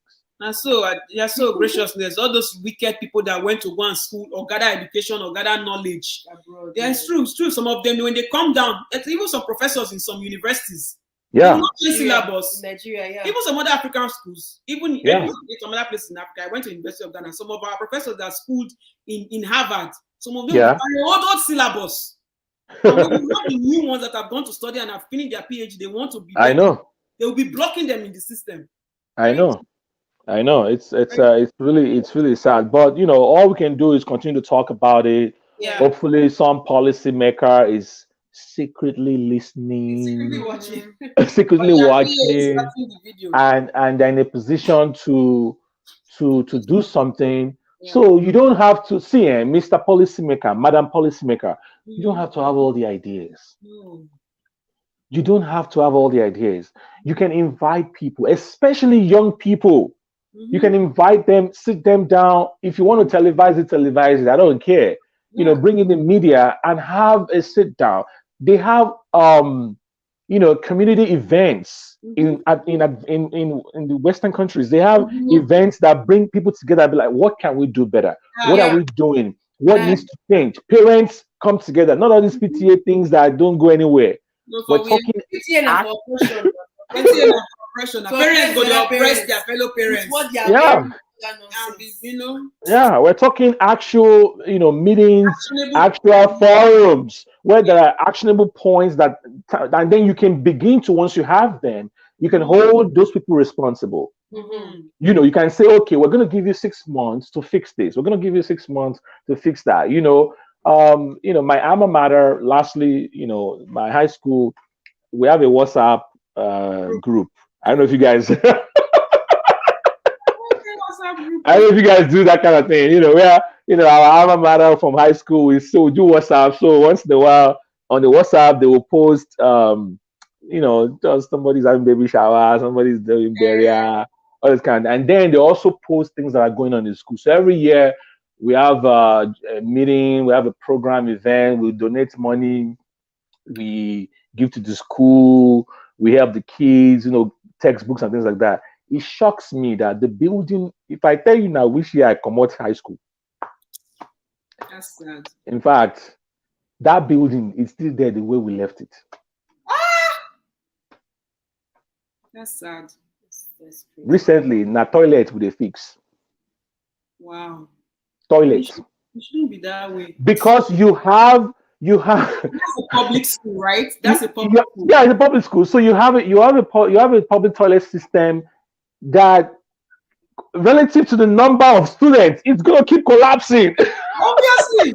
How can I go swear now? Like it's not rocket science. You don't have enough to cater to the needs of this. I mean, I even feel sorry for the girls. How did they do it? In 2022, now toilet with a fix. Last time they tell us we could gather money, made them send for the school, go fix toilet. And sometimes the money we get there, they will not also use it to fix toilets. Yeah, I don't even ask too much questions. You give where you can. Once I give, I don't turn around. So when you start asking too much questions, then that's too much headache. I know they ask. But it's all part of what we're saying, though. Like the learning environment as well. These things have to. We shouldn't be waiting for Igbo people all the time to come and be using us to catch shine. You know what I mean? Like, we have to be ashamed. It's time. Shame, make shame they catch us. Don't wait for Oyibo people to come and spot one raggedy, downtrodden community, and then you allow the white man to take all the glory again. How can we shame the shameless? People, they don't have shame. It has become something of truism to say that. Yeah, these guys, when they get bored, we appreciate some of the charity work that some of them are doing, by the way. But sometimes, they just be like, let's go to Africa is like the final frontier. Let's just go there. Right. Let's go and save them. Some of us have. They already have the fund. They already have a long-term plan. Even if they are providing you help, you are going to indirectly pay for the help, which I don't blame them for collecting their funds, because they are doing they're using their funds, right? So that's what I'm saying. Like, look at you, you are mama. You people are trying to fix things that should not be. That should not be your responsibility. Yeah. When you are supposed to be talking about, like, maybe everybody donate funds towards possible scholarships. I know. You are fixing toilets. You are trying to do the lost work to fix toilets. And then the worst part is when they do the photo op. The photo op just irks me. Like, they stand there, they shine their teeth, they shake hands, like, our savior. Everyone, they cutting the ribbon of things. Because that's the first and last time. That's like they're committing to inaugurate. I'm not going to say they pay people to use the clean toilet. Because you will see how some of the debtors be commissioning toilets. Yeah. Now only toilet. All of the one we commission. Toilet. But it wasn't like it wasn't the water system. It was even a pit. It was a latrine. What they call pit latrine. That was the house of rep person now. Yeah, that's the house of rep person. Nigeria education, according to Tunde, say Nigeria education system was designed to fall. Exactly. Ask who are the beneficiaries of our failed education system: foreign universities and local private universities owned by the elite. Yeah. Another twist to that, Tunde, is that even the thing is that for most things, what we notice about Nigeria is the fact that there's no maintenance culture. So even if people will say, the white people, sometimes people will blame, like now Igbo people, they cause all this wahala. But the Igbo people, they came, they gave the basic education. How about you maintaining it and improving it over time? Because private sector, private universities also have all these issues. All these issues. Yeah, so it's a social construct among what we're seeing in the Nigerian society. Yes. It's a social construct where you see that you build something. Some people can even build their own private schools, and it's built not to outlive them. Yes. So when they are alive, everything is going on well. When they die, everything goes down the drain. There are a couple of them. They don't think. They don't think of less. Oh, okay. Wale, Dewale is here. Dewale, brother, welcome. The professor, Hi. The professor of the squad. Welcome on board, brother. Thank you for having me. Yeah. Yes. So I can see the topic of today's discussion, but I'm kind of late. So Okay.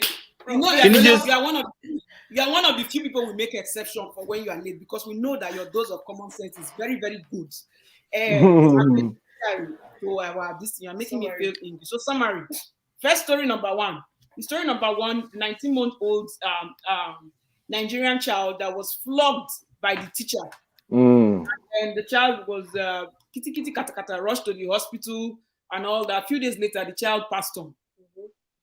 You know, and then they've arrested the teacher. Even when they interrogated the teacher as to why, the teacher's English can destroy a national anthem. Yes, the teacher has Gostology in English, can't even speak well. We didn't download the video. We didn't download the video. We would have played it. Now, takes us to story number two. Story number two is unfortunate incident where a 2-year-old, someone's niece was flogged mercilessly, 24 strokes of the cane, because they could not recite ABCD, the English alphabet. Now, the parent of this child went and confronted the teacher, and the teacher was there saying that, well, it's not only your child. I did it to other children as well. You know what the heck. Another thing is that the teacher also said, was it this one that the teacher said, the proprietor said that you are trying to bring down the name of my school. So the general gist of the life is but there's another person who came in and also wrote under that tweet and said this happened to his their child. So their child was slapped. A 3-year-old child that was slapped. So he took it upon himself to board the flight to Nigeria. The next day, reported the case to the police, and also had the school pay down damages after shutting down the school. So the general gist of the life is just talking about flogging of children, brutality, corporal punishments, and everything that goes on in schools. And we're just picking ideas with everybody on here on how to move away from this to avoid a child dying or landing in the hospital. So that's the general gist. Do you get it, Adewale? And I understand, although I'm not surprised. This is kind of like a less extreme case of what's it called situation of what's the name of that the Darwin College, the Darwin College situation. Sylvester. Yes, Sylvester, exactly. And I think the problem is our culture again. That's actually where it starts from. Most of the cultures in Nigeria believe that abuse is a way of teaching a child something or correcting a child. So we flog, we hit, we do all sorts of things that are inhumane, like things that you can't even talk to someone from some other country and tell them that this is what they did to us when we were kids, because they'll look at it and say it doesn't even make any sense. Like, how do you hit a 2-year-old child that much? That child could be deleted of severe pain, just because that child can't handle something like that. The 19-month-old child died. Of course. Yeah. Like even for a teacher, like an adult, to do that kind of thing, I think that person must be evil. Like, because like children are the most innocent creatures amongst, like, in the society. They don't really know anything. They all they know and want is to play, have fun, eat and sleep. That's all. They're not really they don't really cause like problems, not like big problems in the society. They're innocent. They're basically innocent. So I don't see why you do that to a child. And this culture of hitting and doing all sorts of nonsense.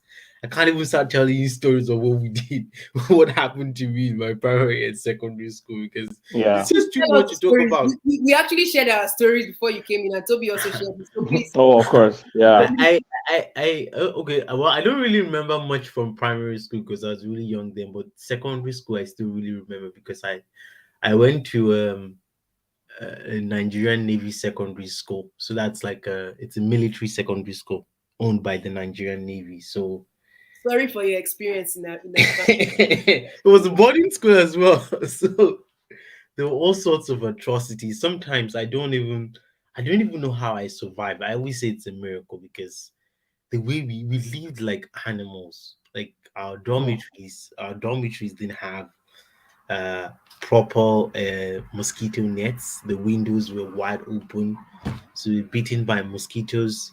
Like a guy in my set, like not in my class but in my set, actually got actually died of severe malaria and typhoid Yeah. because of the situation of the school and also the situation of the sick bay in the school, because it's not that even like a first aid box is actually better than that sick bay.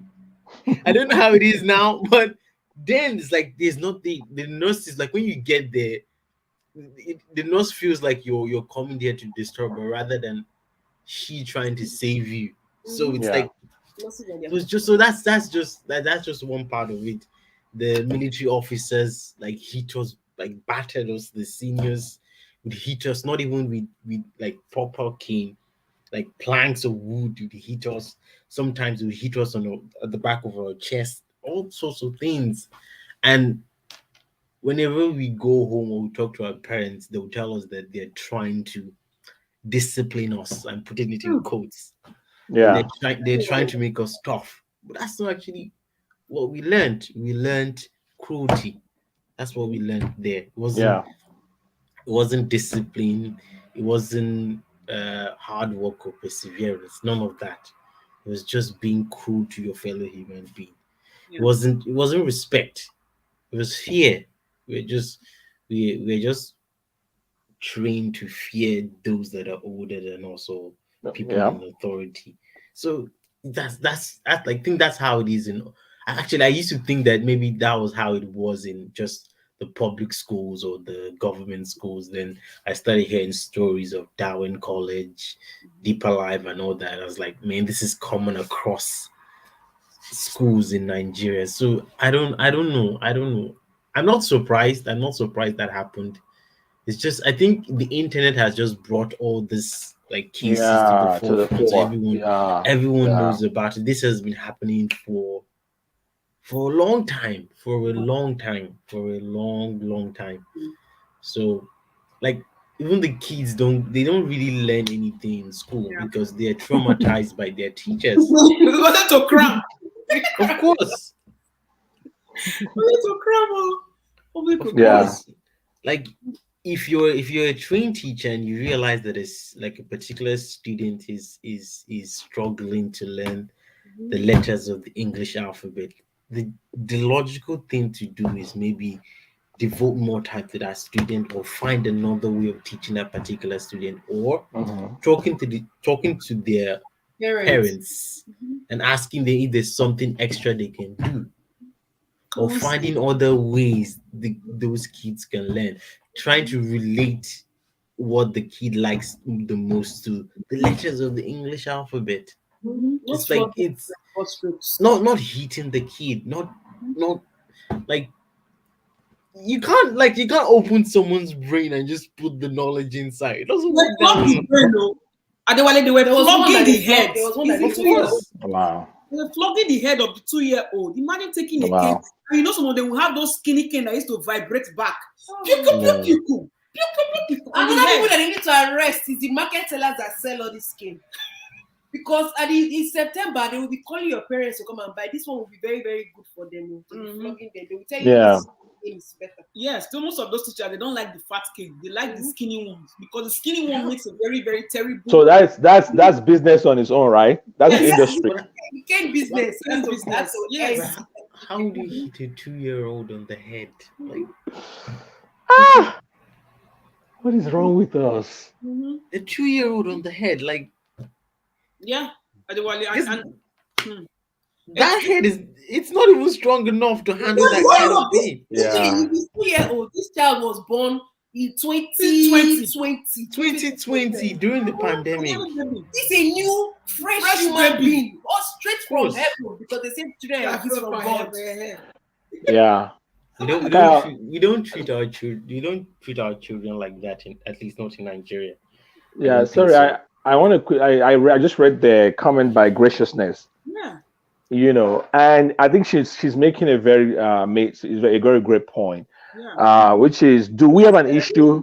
Sorry, Toby. Gracious says, are you a lady? We keep on referring to you as she. We hope that. Oh wow! I'm sorry. You have said it, so we are assuming. Are you a babe? Are you a babe? Please let us know. Graciousness, answer now. We want to know, what is your sexuality? No, sorry. What's the gender? Are you? Is it he or she, they or them? Are you neutral? No gender, just everything. So please go ahead. Sorry for interrupting. So I think that I'll just use the collective pronoun. I think they are making a great point. Which is great question. Do we have an issue with violence and brutality that we just repackage as discipline? So I thought about that before she wrote that comment. So we have a generation, right, that is used to violence and brutality via the military. Mm-hmm. We've never understood what actual democracy is all about. Yeah. Like a civic society where there is law, proper law and order, mutual respect for our values. What does it even mean to be a Nigerian? What does it mean to be a citizen of Nigeria? Hold it there. Crypto man say they are alpha male. They are alpha male. Gong. Henceforth he.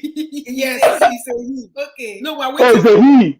Okay. It's a he. Okay. No, that's a man.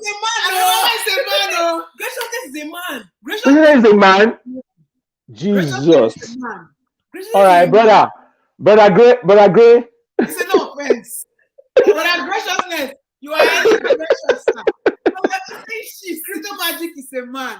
Man. No, yeah, crypto magic already. That one sounds masculine. But brother Gracious, we welcome you. You guys have misgendered him. I think she was referring to graciousness. We forget. We are sorry we mischaracterized the gender. I know I developed must be lazy.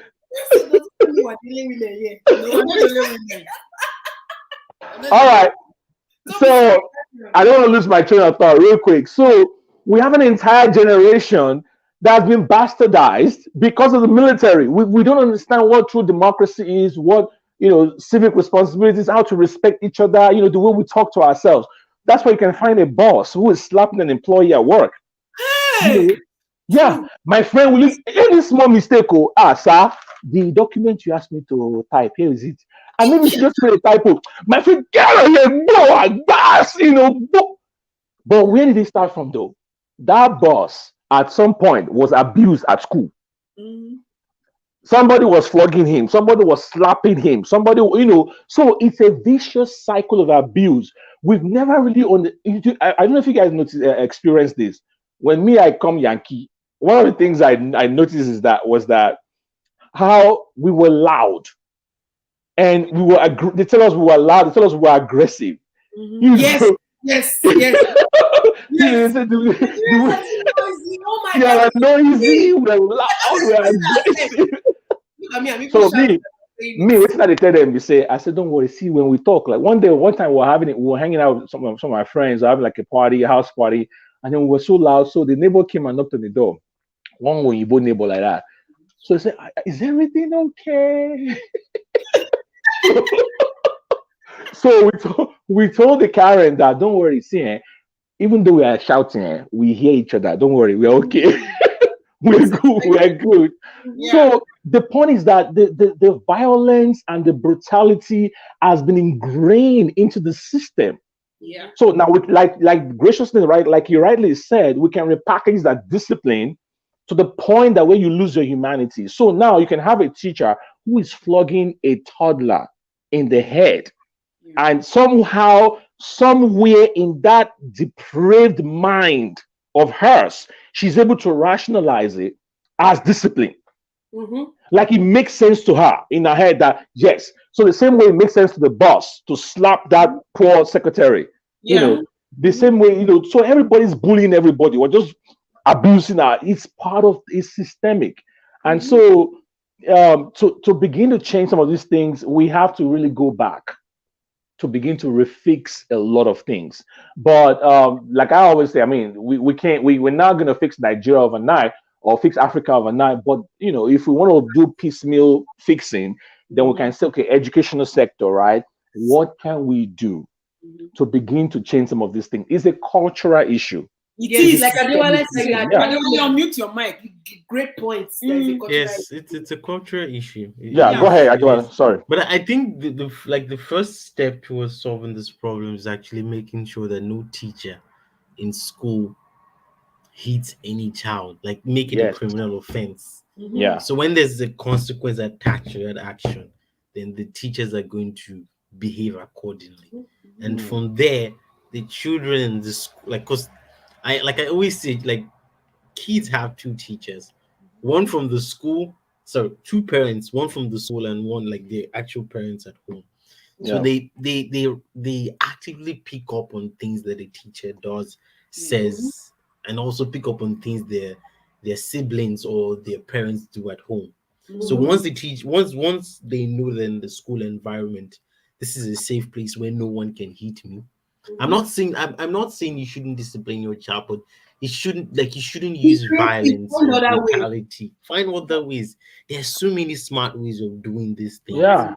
Yeah, absolutely. And it's part of what we said before. There's a difference between punitive measures and corrective measures. Of course, what is your intention? What is your intention to inflict that pain? At the time you are inflicting that pain, you're not in control. Most of them are never in control. They are angry. They are angry. They do it out of frustration. Yeah, they are frustrated. They are visibly. You can see them filming, perspiring. They are visibly angry, and they are pouring all of that on this poor. And the child is wondering, what did I do? Way around this kind of treatment. Imagine that poor toddler that just died now. Imagine the thoughts in her head before she died. Yeah, so sad. Like I think throughout my primary school and secondary school days, I think I can actually count the number of teachers who were passionate about their job. Facts. Most of the teachers in my school they were just doing because that's the only job they had. Yes, now. So they were not passionate about teaching. Yeah.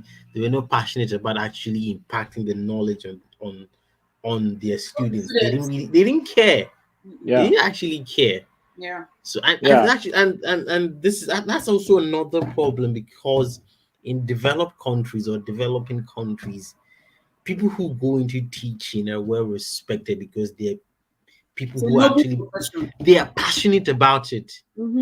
Like I see a lot of people like here in the Netherlands who go to school education, and when because some of them actually take lectures with us, because I'm in the engineering department, so some of those education students actually come to take some courses with us.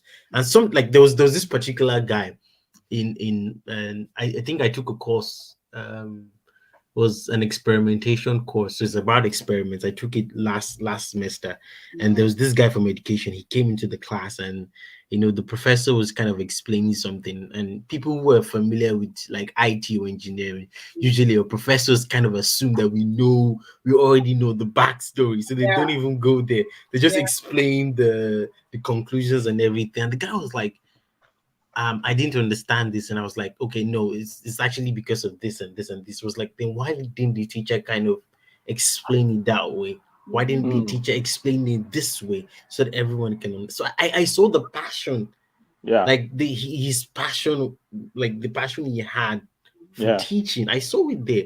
I was like, now I understand why you want to be a teacher. There's so many of them I have met, but in Nigeria, most of our teachers actually just went to school, university, got a degree. We discussed in Adewale before you came on the show. They just flow into teaching. After jam, don't jam you 100 times. Actually, you're like, what is left? most of them didn't actually go to a teachers training college. They didn't. Yeah. They didn't train to become teachers. Yeah. Yeah. Because in other countries, even getting the teaching certificate is harder Oh than yeah. getting Oh the yeah. degree itself, like the degree you get in the Yeah. university. Another Because thing we could. Sorry, Adewale. Sorry. Go ahead. Go ahead. I didn't want to. because those like the teachers go through rigorous training. They go for seminars on how to improve on teaching, psychological, everything. It's like it's a whole package, but in Nigeria, it's just. And another thing that just came to my mind when you were speaking was, over here we have what they call career day. Yes. We have bring your son to work day, or bring your daughter to work day, or bring your child to work day. And you can see people like teachers who are proud of their profession, who will stand before the class that their child is sitting in, and they will talk to the class about being a teacher and the profession and how they're so proud to be the ones that are raising future presidents and future lawmakers and future businessmen and women. Nigeria, they know they're not raising future leaders. They know that the leaders that we have are not moving away. So there's nothing to be proud of. So forget they're not the leaders of tomorrow, right? Parents, listen to your children. I don't They are the leaders of tomorrow. I don't even think my future kids are the leaders of tomorrow. Wait, I don't know if you guys ever. Okay, I don't know when you guys joined our YouTube channel. So we have like myself and Ella. Children's Day. No, we had a music. We had a song that we wrote. Okay. And we did a match pass. The video is on our channel. Oh my God. Okay. I don't know. It's called was it Children's Day thinking you guys did it for? Well, no, we did it for something about the Father's Day. Wasn't the father? There was like this one. I remember the one you guys did for Father's Day, but we did. Oh my God, we used to dance a lot on this channel. Dance a lot. So there's on this channel, right? I don't know. Maybe. Oh my God, I'm gonna go look for the link, right? Yeah. So basically, you know what happened? I think we received a WhatsApp message from some elders that told us that this was in 2020, that the country Nigeria is bleeding. We should do something about it. We should do something about it. Okay. And what had happened was that myself and Ella, it was really disturbing. So I think it was on a Wednesday we received that text message, the WhatsApp message. Then I believe it was on a Thursday. I don't know. For some reason, I just started writing. We know the usual song of parents, listen to your children. Exactly. Try to pay our school fees and all that. So we drew some inspiration from there and created the ones for political leaders. Okay. Yes, myself and Ella, we did a match pass. I'm looking. We dressed like oh my God. Oh my goodness. Oh my goodness. We dressed like kids. Right? Wait. Oh yes, I found it. We're going to play it for you. We're going to play it for you guys. So just mute so that we're not just. Okay. Okay. 1 second. Give me 1 second. Are you one of the millions of women in? I'm gonna click. We're gonna advert is playing. So just give us 1 second. So let's like play it on here, like so that people are not like thinking that we're crazy or something. Yeah. Yeah. So like it was really. Okay. So I'm gonna share our screen now, and I'm going to play it. Yeah. So do I even share screen? See, this is how we should be prepared for things. Share screen. Share. Yeah. This one. Give me 1 second. So just give us 1 second, okay? 1 second. Share.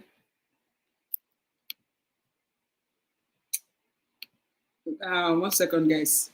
We are coming.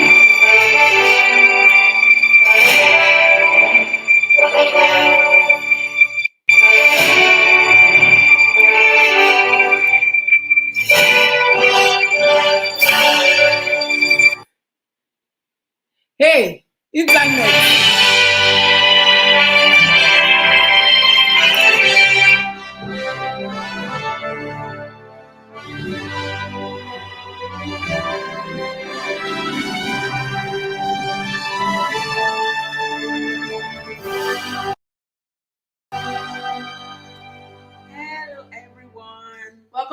channel. We are the Common Sense Sisters. My name is Ella and her name is Yo.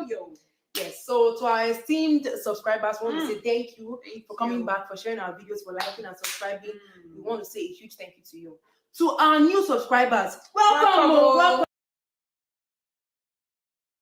And to those of you that have not yet subscribed, please, what are you waiting for? Come and join the winning team, the Common Sense family. Come and join us. Yes. Well, today's video, we want to tell you people that we received word from the motherland. From our elders in the motherland. That the country, our country, Nigeria, is bleeding. Listen to your children. We don't wait for leadership position. Try to give us chance. I desire it is for us. Nigeria, give you chance. Oh boy. From National Assembly, I retire in peace for us. Nigerians, listen to Nigeria. We don't tire for una kind of leadership. So they acquire foreign base. I retire in peace for us. Nigeria youth, common sense they call you. Emancipate yourself from mental slavery. It's time for us to lead our nation. Our leaders accountable. What will we do? We will hold leaders accountable. What shall we do? We shall hold leaders accountable. What should you do? I will hold leaders accountable. What will we do? We will hold leaders accountable.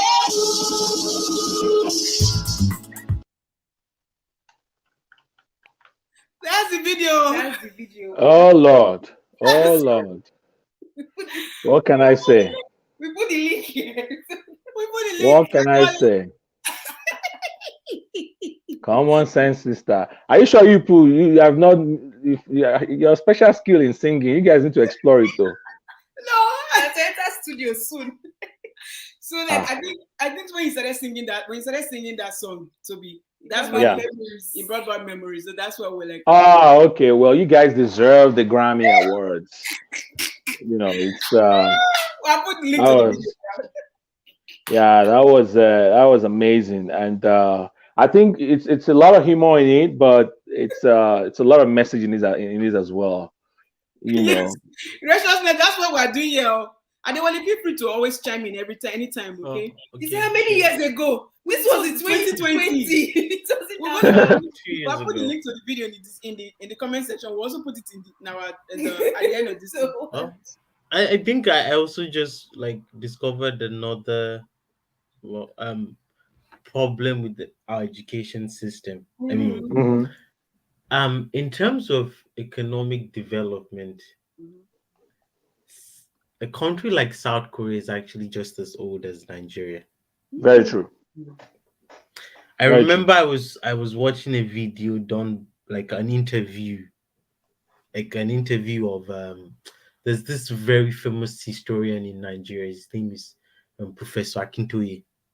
So he was a prime minister back in the day, about 60 years ago, when Nigeria had just gotten its independence. And remember that. He was telling the story of how he was invited to South Korea at the time. About 6 years ago, that was right after they had this very, very nasty civil war, and he was invited to show them he was invited to give a lecture on how the education system is in Nigeria back then, because back in those days, Nigeria actually had one of the best educational system in the world. People from all over the world used to come to Nigeria to study back then. So, but now our educational system is nothing to write home about, because we do not develop our education, our educational system.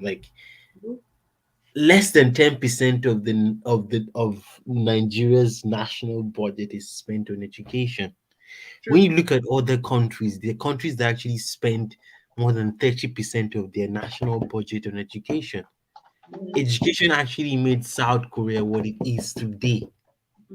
They started educating a lot of their citizens, and they grew up so, like, the economic growth of South Korea in the past 60 years is still a miracle to the rest of the world, because they have achieved so much in a century.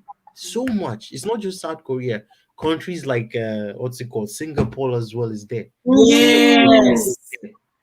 Yeah. Countries like Singapore, they've achieved so much in less than within 60 to 70 years. And they did that through education. They made sure that their citizens were educated. Like, if you go to South Korea right now, you can't really find any employed worker who hasn't gone through some kind of school. Higher, not some kind of higher education. It might not be university, it might be vocational school. They must have gone through some kind of a higher education. And that's how they keep developing their country and because the government knows that the road towards economic development is education. Because education is actually what gives people the skills, the tools they need to fend for themselves, to provide for their families. Yeah. And that actually creates economic growth. But in Nigeria, I think we're actually spending less than 5% on education. And in that 5%, about 60 to 70% is embezzled. Pockets. So how do you want to train the teachers? Very, very true, Adewale. And do you add what you are saying about schooling and whatever? Education too, it brings income to the country. Yeah. For example, you have lots of international students. We were international students. You are an international student, so you understand. So an international tuition is always more times 3 at least than the local one. Yeah. So imagine if Nigeria was doing good. Many of us will not be abroad today. We will study in our country. No. Our country was good. And people will be coming to study in our country. People will be coming to our country to school, and they will be bringing in their own forex and everything. We will be making more money. So I don't know why our leaders just have walnut brains. I don't understand, because walnut is good. Populous. Populous brain. It's more money to the economy. Yeah. Sometimes I used to think, like, why don't they just settle to just solve at least one problem in Nigeria? Just one. They have to set up they have to summon the stakeholders and set up they always set committees. I don't know what they do in those committees. I don't care if they set up a committee or organization. I don't care. But just solve one problem. So power. Just one. So they can embezzle the rest. But just one. I don't. Yeah, that's one for the ages, Adewale, to be honest. That's one mystery that remains unsolved. We were talking about before how the private sector can actually come in, and also, so beyond just talking about the government performing their duty as the government, beyond that, there's also an incentive for the private sector to come in as well. Whenever you have a chaotic, messed up system like Nigeria, there's an opportunity to make money. Everybody knows that. So I just want to highlight that as well. So beyond just being noble and doing something worthy of emulation, it's all from a business standpoint. If you are looking into education, there is money to be made. Yeah. If you can upgrade the system that we have right now. I'll give you a quick example. There are so many of them. So I was just trying to think. I used to know a lot of them off the top of my head, but I just pulled up one right now. So the name is Out School. I don't know them. I'm not connected to them, but I just read their story.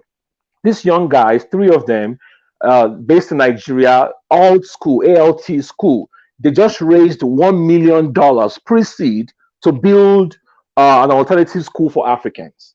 So basically, what they do, from what I'm reading from the story here, is that they will provide basically technical know-how for it's kind of like an alternative education to what we have right now. So software building, technology, just kind of bring you up to kind of like what Andela was doing or is doing, but in a different kind of way, but in the same tech space.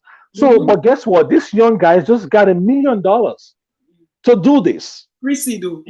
Pre-seed. Exactly. So what we're talking about here It's not just you being Father Christmas, and they're saying there's money to be made. This now is the oil. Yeah.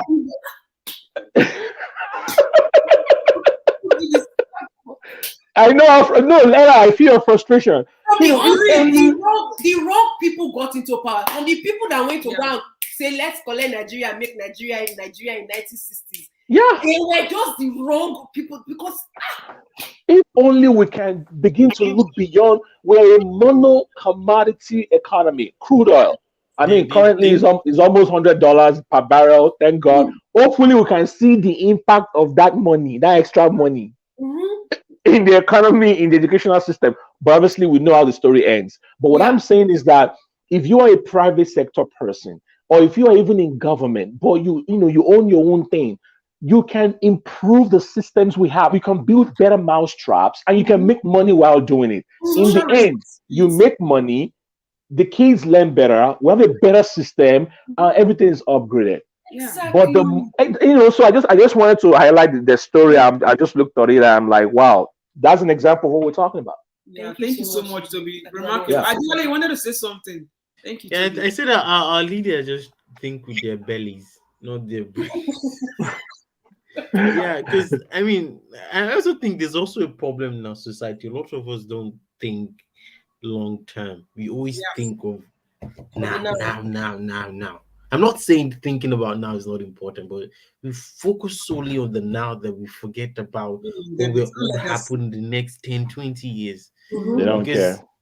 If that's the case, like even if the government is not really doing something, there's certain things like even those like the private schools, some of them have the money.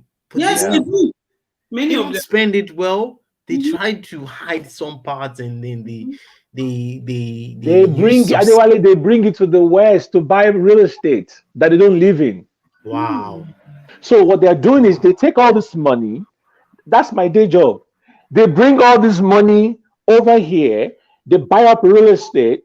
Now these guys can preach. They can be all sanctimonious and preach corruption and tell us we're the most corrupt in the world. But they're taking the money. Of course. They take the money and plug it into their own system. Yeah, exactly. Of course. And then they collect now. That is increasing their own GDP. No one rejects money. Of course. So they can go and be preaching all their moral platitudes and say, "Oh, African leaders are corrupt. They are these, all those stolen money." Now here they come back. So and then one day you have a heart attack, you die. But they don't used to die, Toby. They don't used to die. But they used to die. And all your multiple wives and concubines don't even know where the money is. Who will inherit the money? I don't know who watch the money. Foreign government. Foreign government. Thank you, Adewale. Foreign government will inherit the money. In the end, it's the foreign government that will inherit the money. Can you see how we're thinking? Even if the Nigerian government tries to get the money back, they're going to pay taxes on it. So either way, they will reloot it. These guys are smart. Of course. Coming in, they are charging you. Going out, they are charging you. They are making money either ways. Economics. The pure simple economics 101. They are making money either ways. Now they can be telling you are corrupt, you are bad, your system, and they can give you a little charity every now and then. Peanuts. Peanuts. It's the interest from the money that Africa already stolen. Yeah. When are we going to start thinking? Our Mumu don't do. Wake up, Nigeria. Wake up. I'm not tired. I don't know. It's just sometimes when I think about that contrast, like, where did we start from? Yeah. Because I know where to start from, but people are not ready to. Come on, take a piece of that money and build something. You drive past those schools every day. You drive past, those kids every day. Don't do a public show. You pick two kids on the street with your photo up and PR stuff. I don't mention anybody's name. Those that know they should tell their song. He did that guy did the same thing before he got elected. That is so sad. I remember he was talking to this young lady and he was trying to persuade her and tell her that he's good for for Lagos State, and he's going to do this, and and the lady just sat down. She wasn't even listening, and she was just sitting down there. She was like, "You're just like the rest of them. Now you're here begging for a vote and everything. I'm very sure you're not going to do anything." Yeah. And the guy was there mansplaining and doing the whole, no, I'm gonna do this, I'm gonna do that, I'm gonna do this. And I remember at that time a lot of people were bashing that lady. Was like, she doesn't have respect for elders, blah blah blah blah blah blah blah. And she was very right. Someone is just like the rest of them. Yeah, you remember when former governor of Edo State, who we all know, when they said, okay, nobody should sit on the side of the road or whatever, this lady was trying to struggle because this is what I used to feed my family. And then he went over there, I think he slapped her or something publicly. And the story went viral. It was after the story went viral that he now went and said they should go and look for that woman. Yeah. It was after the story went viral. I was like, okay, let's see, damage control. Why do we have to wait to fix, what we can fix systemically and change things? That's not even like giving. I'm not even also in favor of giving people money. You don't you don't give people fish. You teach them how to fish. Yeah. But these leaders just give people money. This money, that money. Teach these people. Give them jobs. Tools. That's what they need. And to your point, what I don't understand is that these kids that you don't train today, tomorrow you already know where they're headed. Of course, it's a vicious cycle. So you're going to spend more money to need more police to arrest the kids that are going to become. It's a vicious cycle. Yes, it's a vicious cycle. Most of them in Abuja, most of them can't go back to their hometowns because of course not. Anyways. Yeah. Of course not. Anyways, guys, it's been fun. We're rounding up now. Thank you so much. Great show, great topic. All right, see you guys later. Thank you. Bye. Okay. Bye. Bye. Thank you, everyone. Those of you in the comment section that joined us today with your statistics, everything. We got to know people's gender today. So graciousness, crypto magic, Ajibola, Tunde, Toby Adewale. I think Sarah was here. Sarah was here. Audrey was here. Put in comments. But we are still here. And those of you that are watching silently, we see you. We appreciate you. We thank you for your time. We thank you for sharing your wisdom, your knowledge, and your common sense. It's very, very important, not just to us, but to the whole world. Nigerians and Africans are everywhere. Yeah. And your opinion counts. Yes. Whether you agree or disagree, your opinion counts. I think the final thing we had to say about this topic of relating to children being flogged in school, it's on our Twitter page, where the day the news broke, we commented and we said teachers should never be allowed to flog or cause or any physical or any form of harm to pupils or students. That is abuse. When we Nigerians stop this barbaric act of flogging kids, even though that's how most of us were raised, we do not have to continue with this nonsense. So that's the closing argument for today. Please don't forget to hit the like button. Please don't forget to subscribe if you haven't subscribed to our YouTube channel. Don't forget, and it's good to share the video. We keep asking how is the government going to know? Just click the share button, share it on your social media platform. You don't have to say anything. Just share it. The more we share the common sense, the better we raise awareness and possible solutions. Common sense gospel. Come on. The gospel of common sense. Okay. Thank you so much, Ajibola. Thank you, everyone. And for those of you who are going to be watching the playback, please, it's important that you leave your opinion in the comment section. Whenever you leave your opinion in the comment section when you watch any of our videos, it's not just for us. That is your own way of sharing common sense publicly to the world. Remember, you are a reflection of what you write. Unless you come and speak here, then we can hear your voice. They're reflecting on what you say. So just know that whenever you drop the comment, it's something that you're sharing your common sense and your commonsensical opinion. to everyone globally, because of course YouTube is a global space. It's a global now. space. I mean, what better platform to share common sense than YouTube? Hey! And lastly, we'll see you all next time, and the next time will be on Saturday live. Same time, 2 p.m. We'll probably have 2 lives again. We already have like things planned for you all. And we'll probably put up a poll again during the week. Okay. Again. And so thank you once again to everybody who came on here. And together we say, May common sense never depart from you. Bye.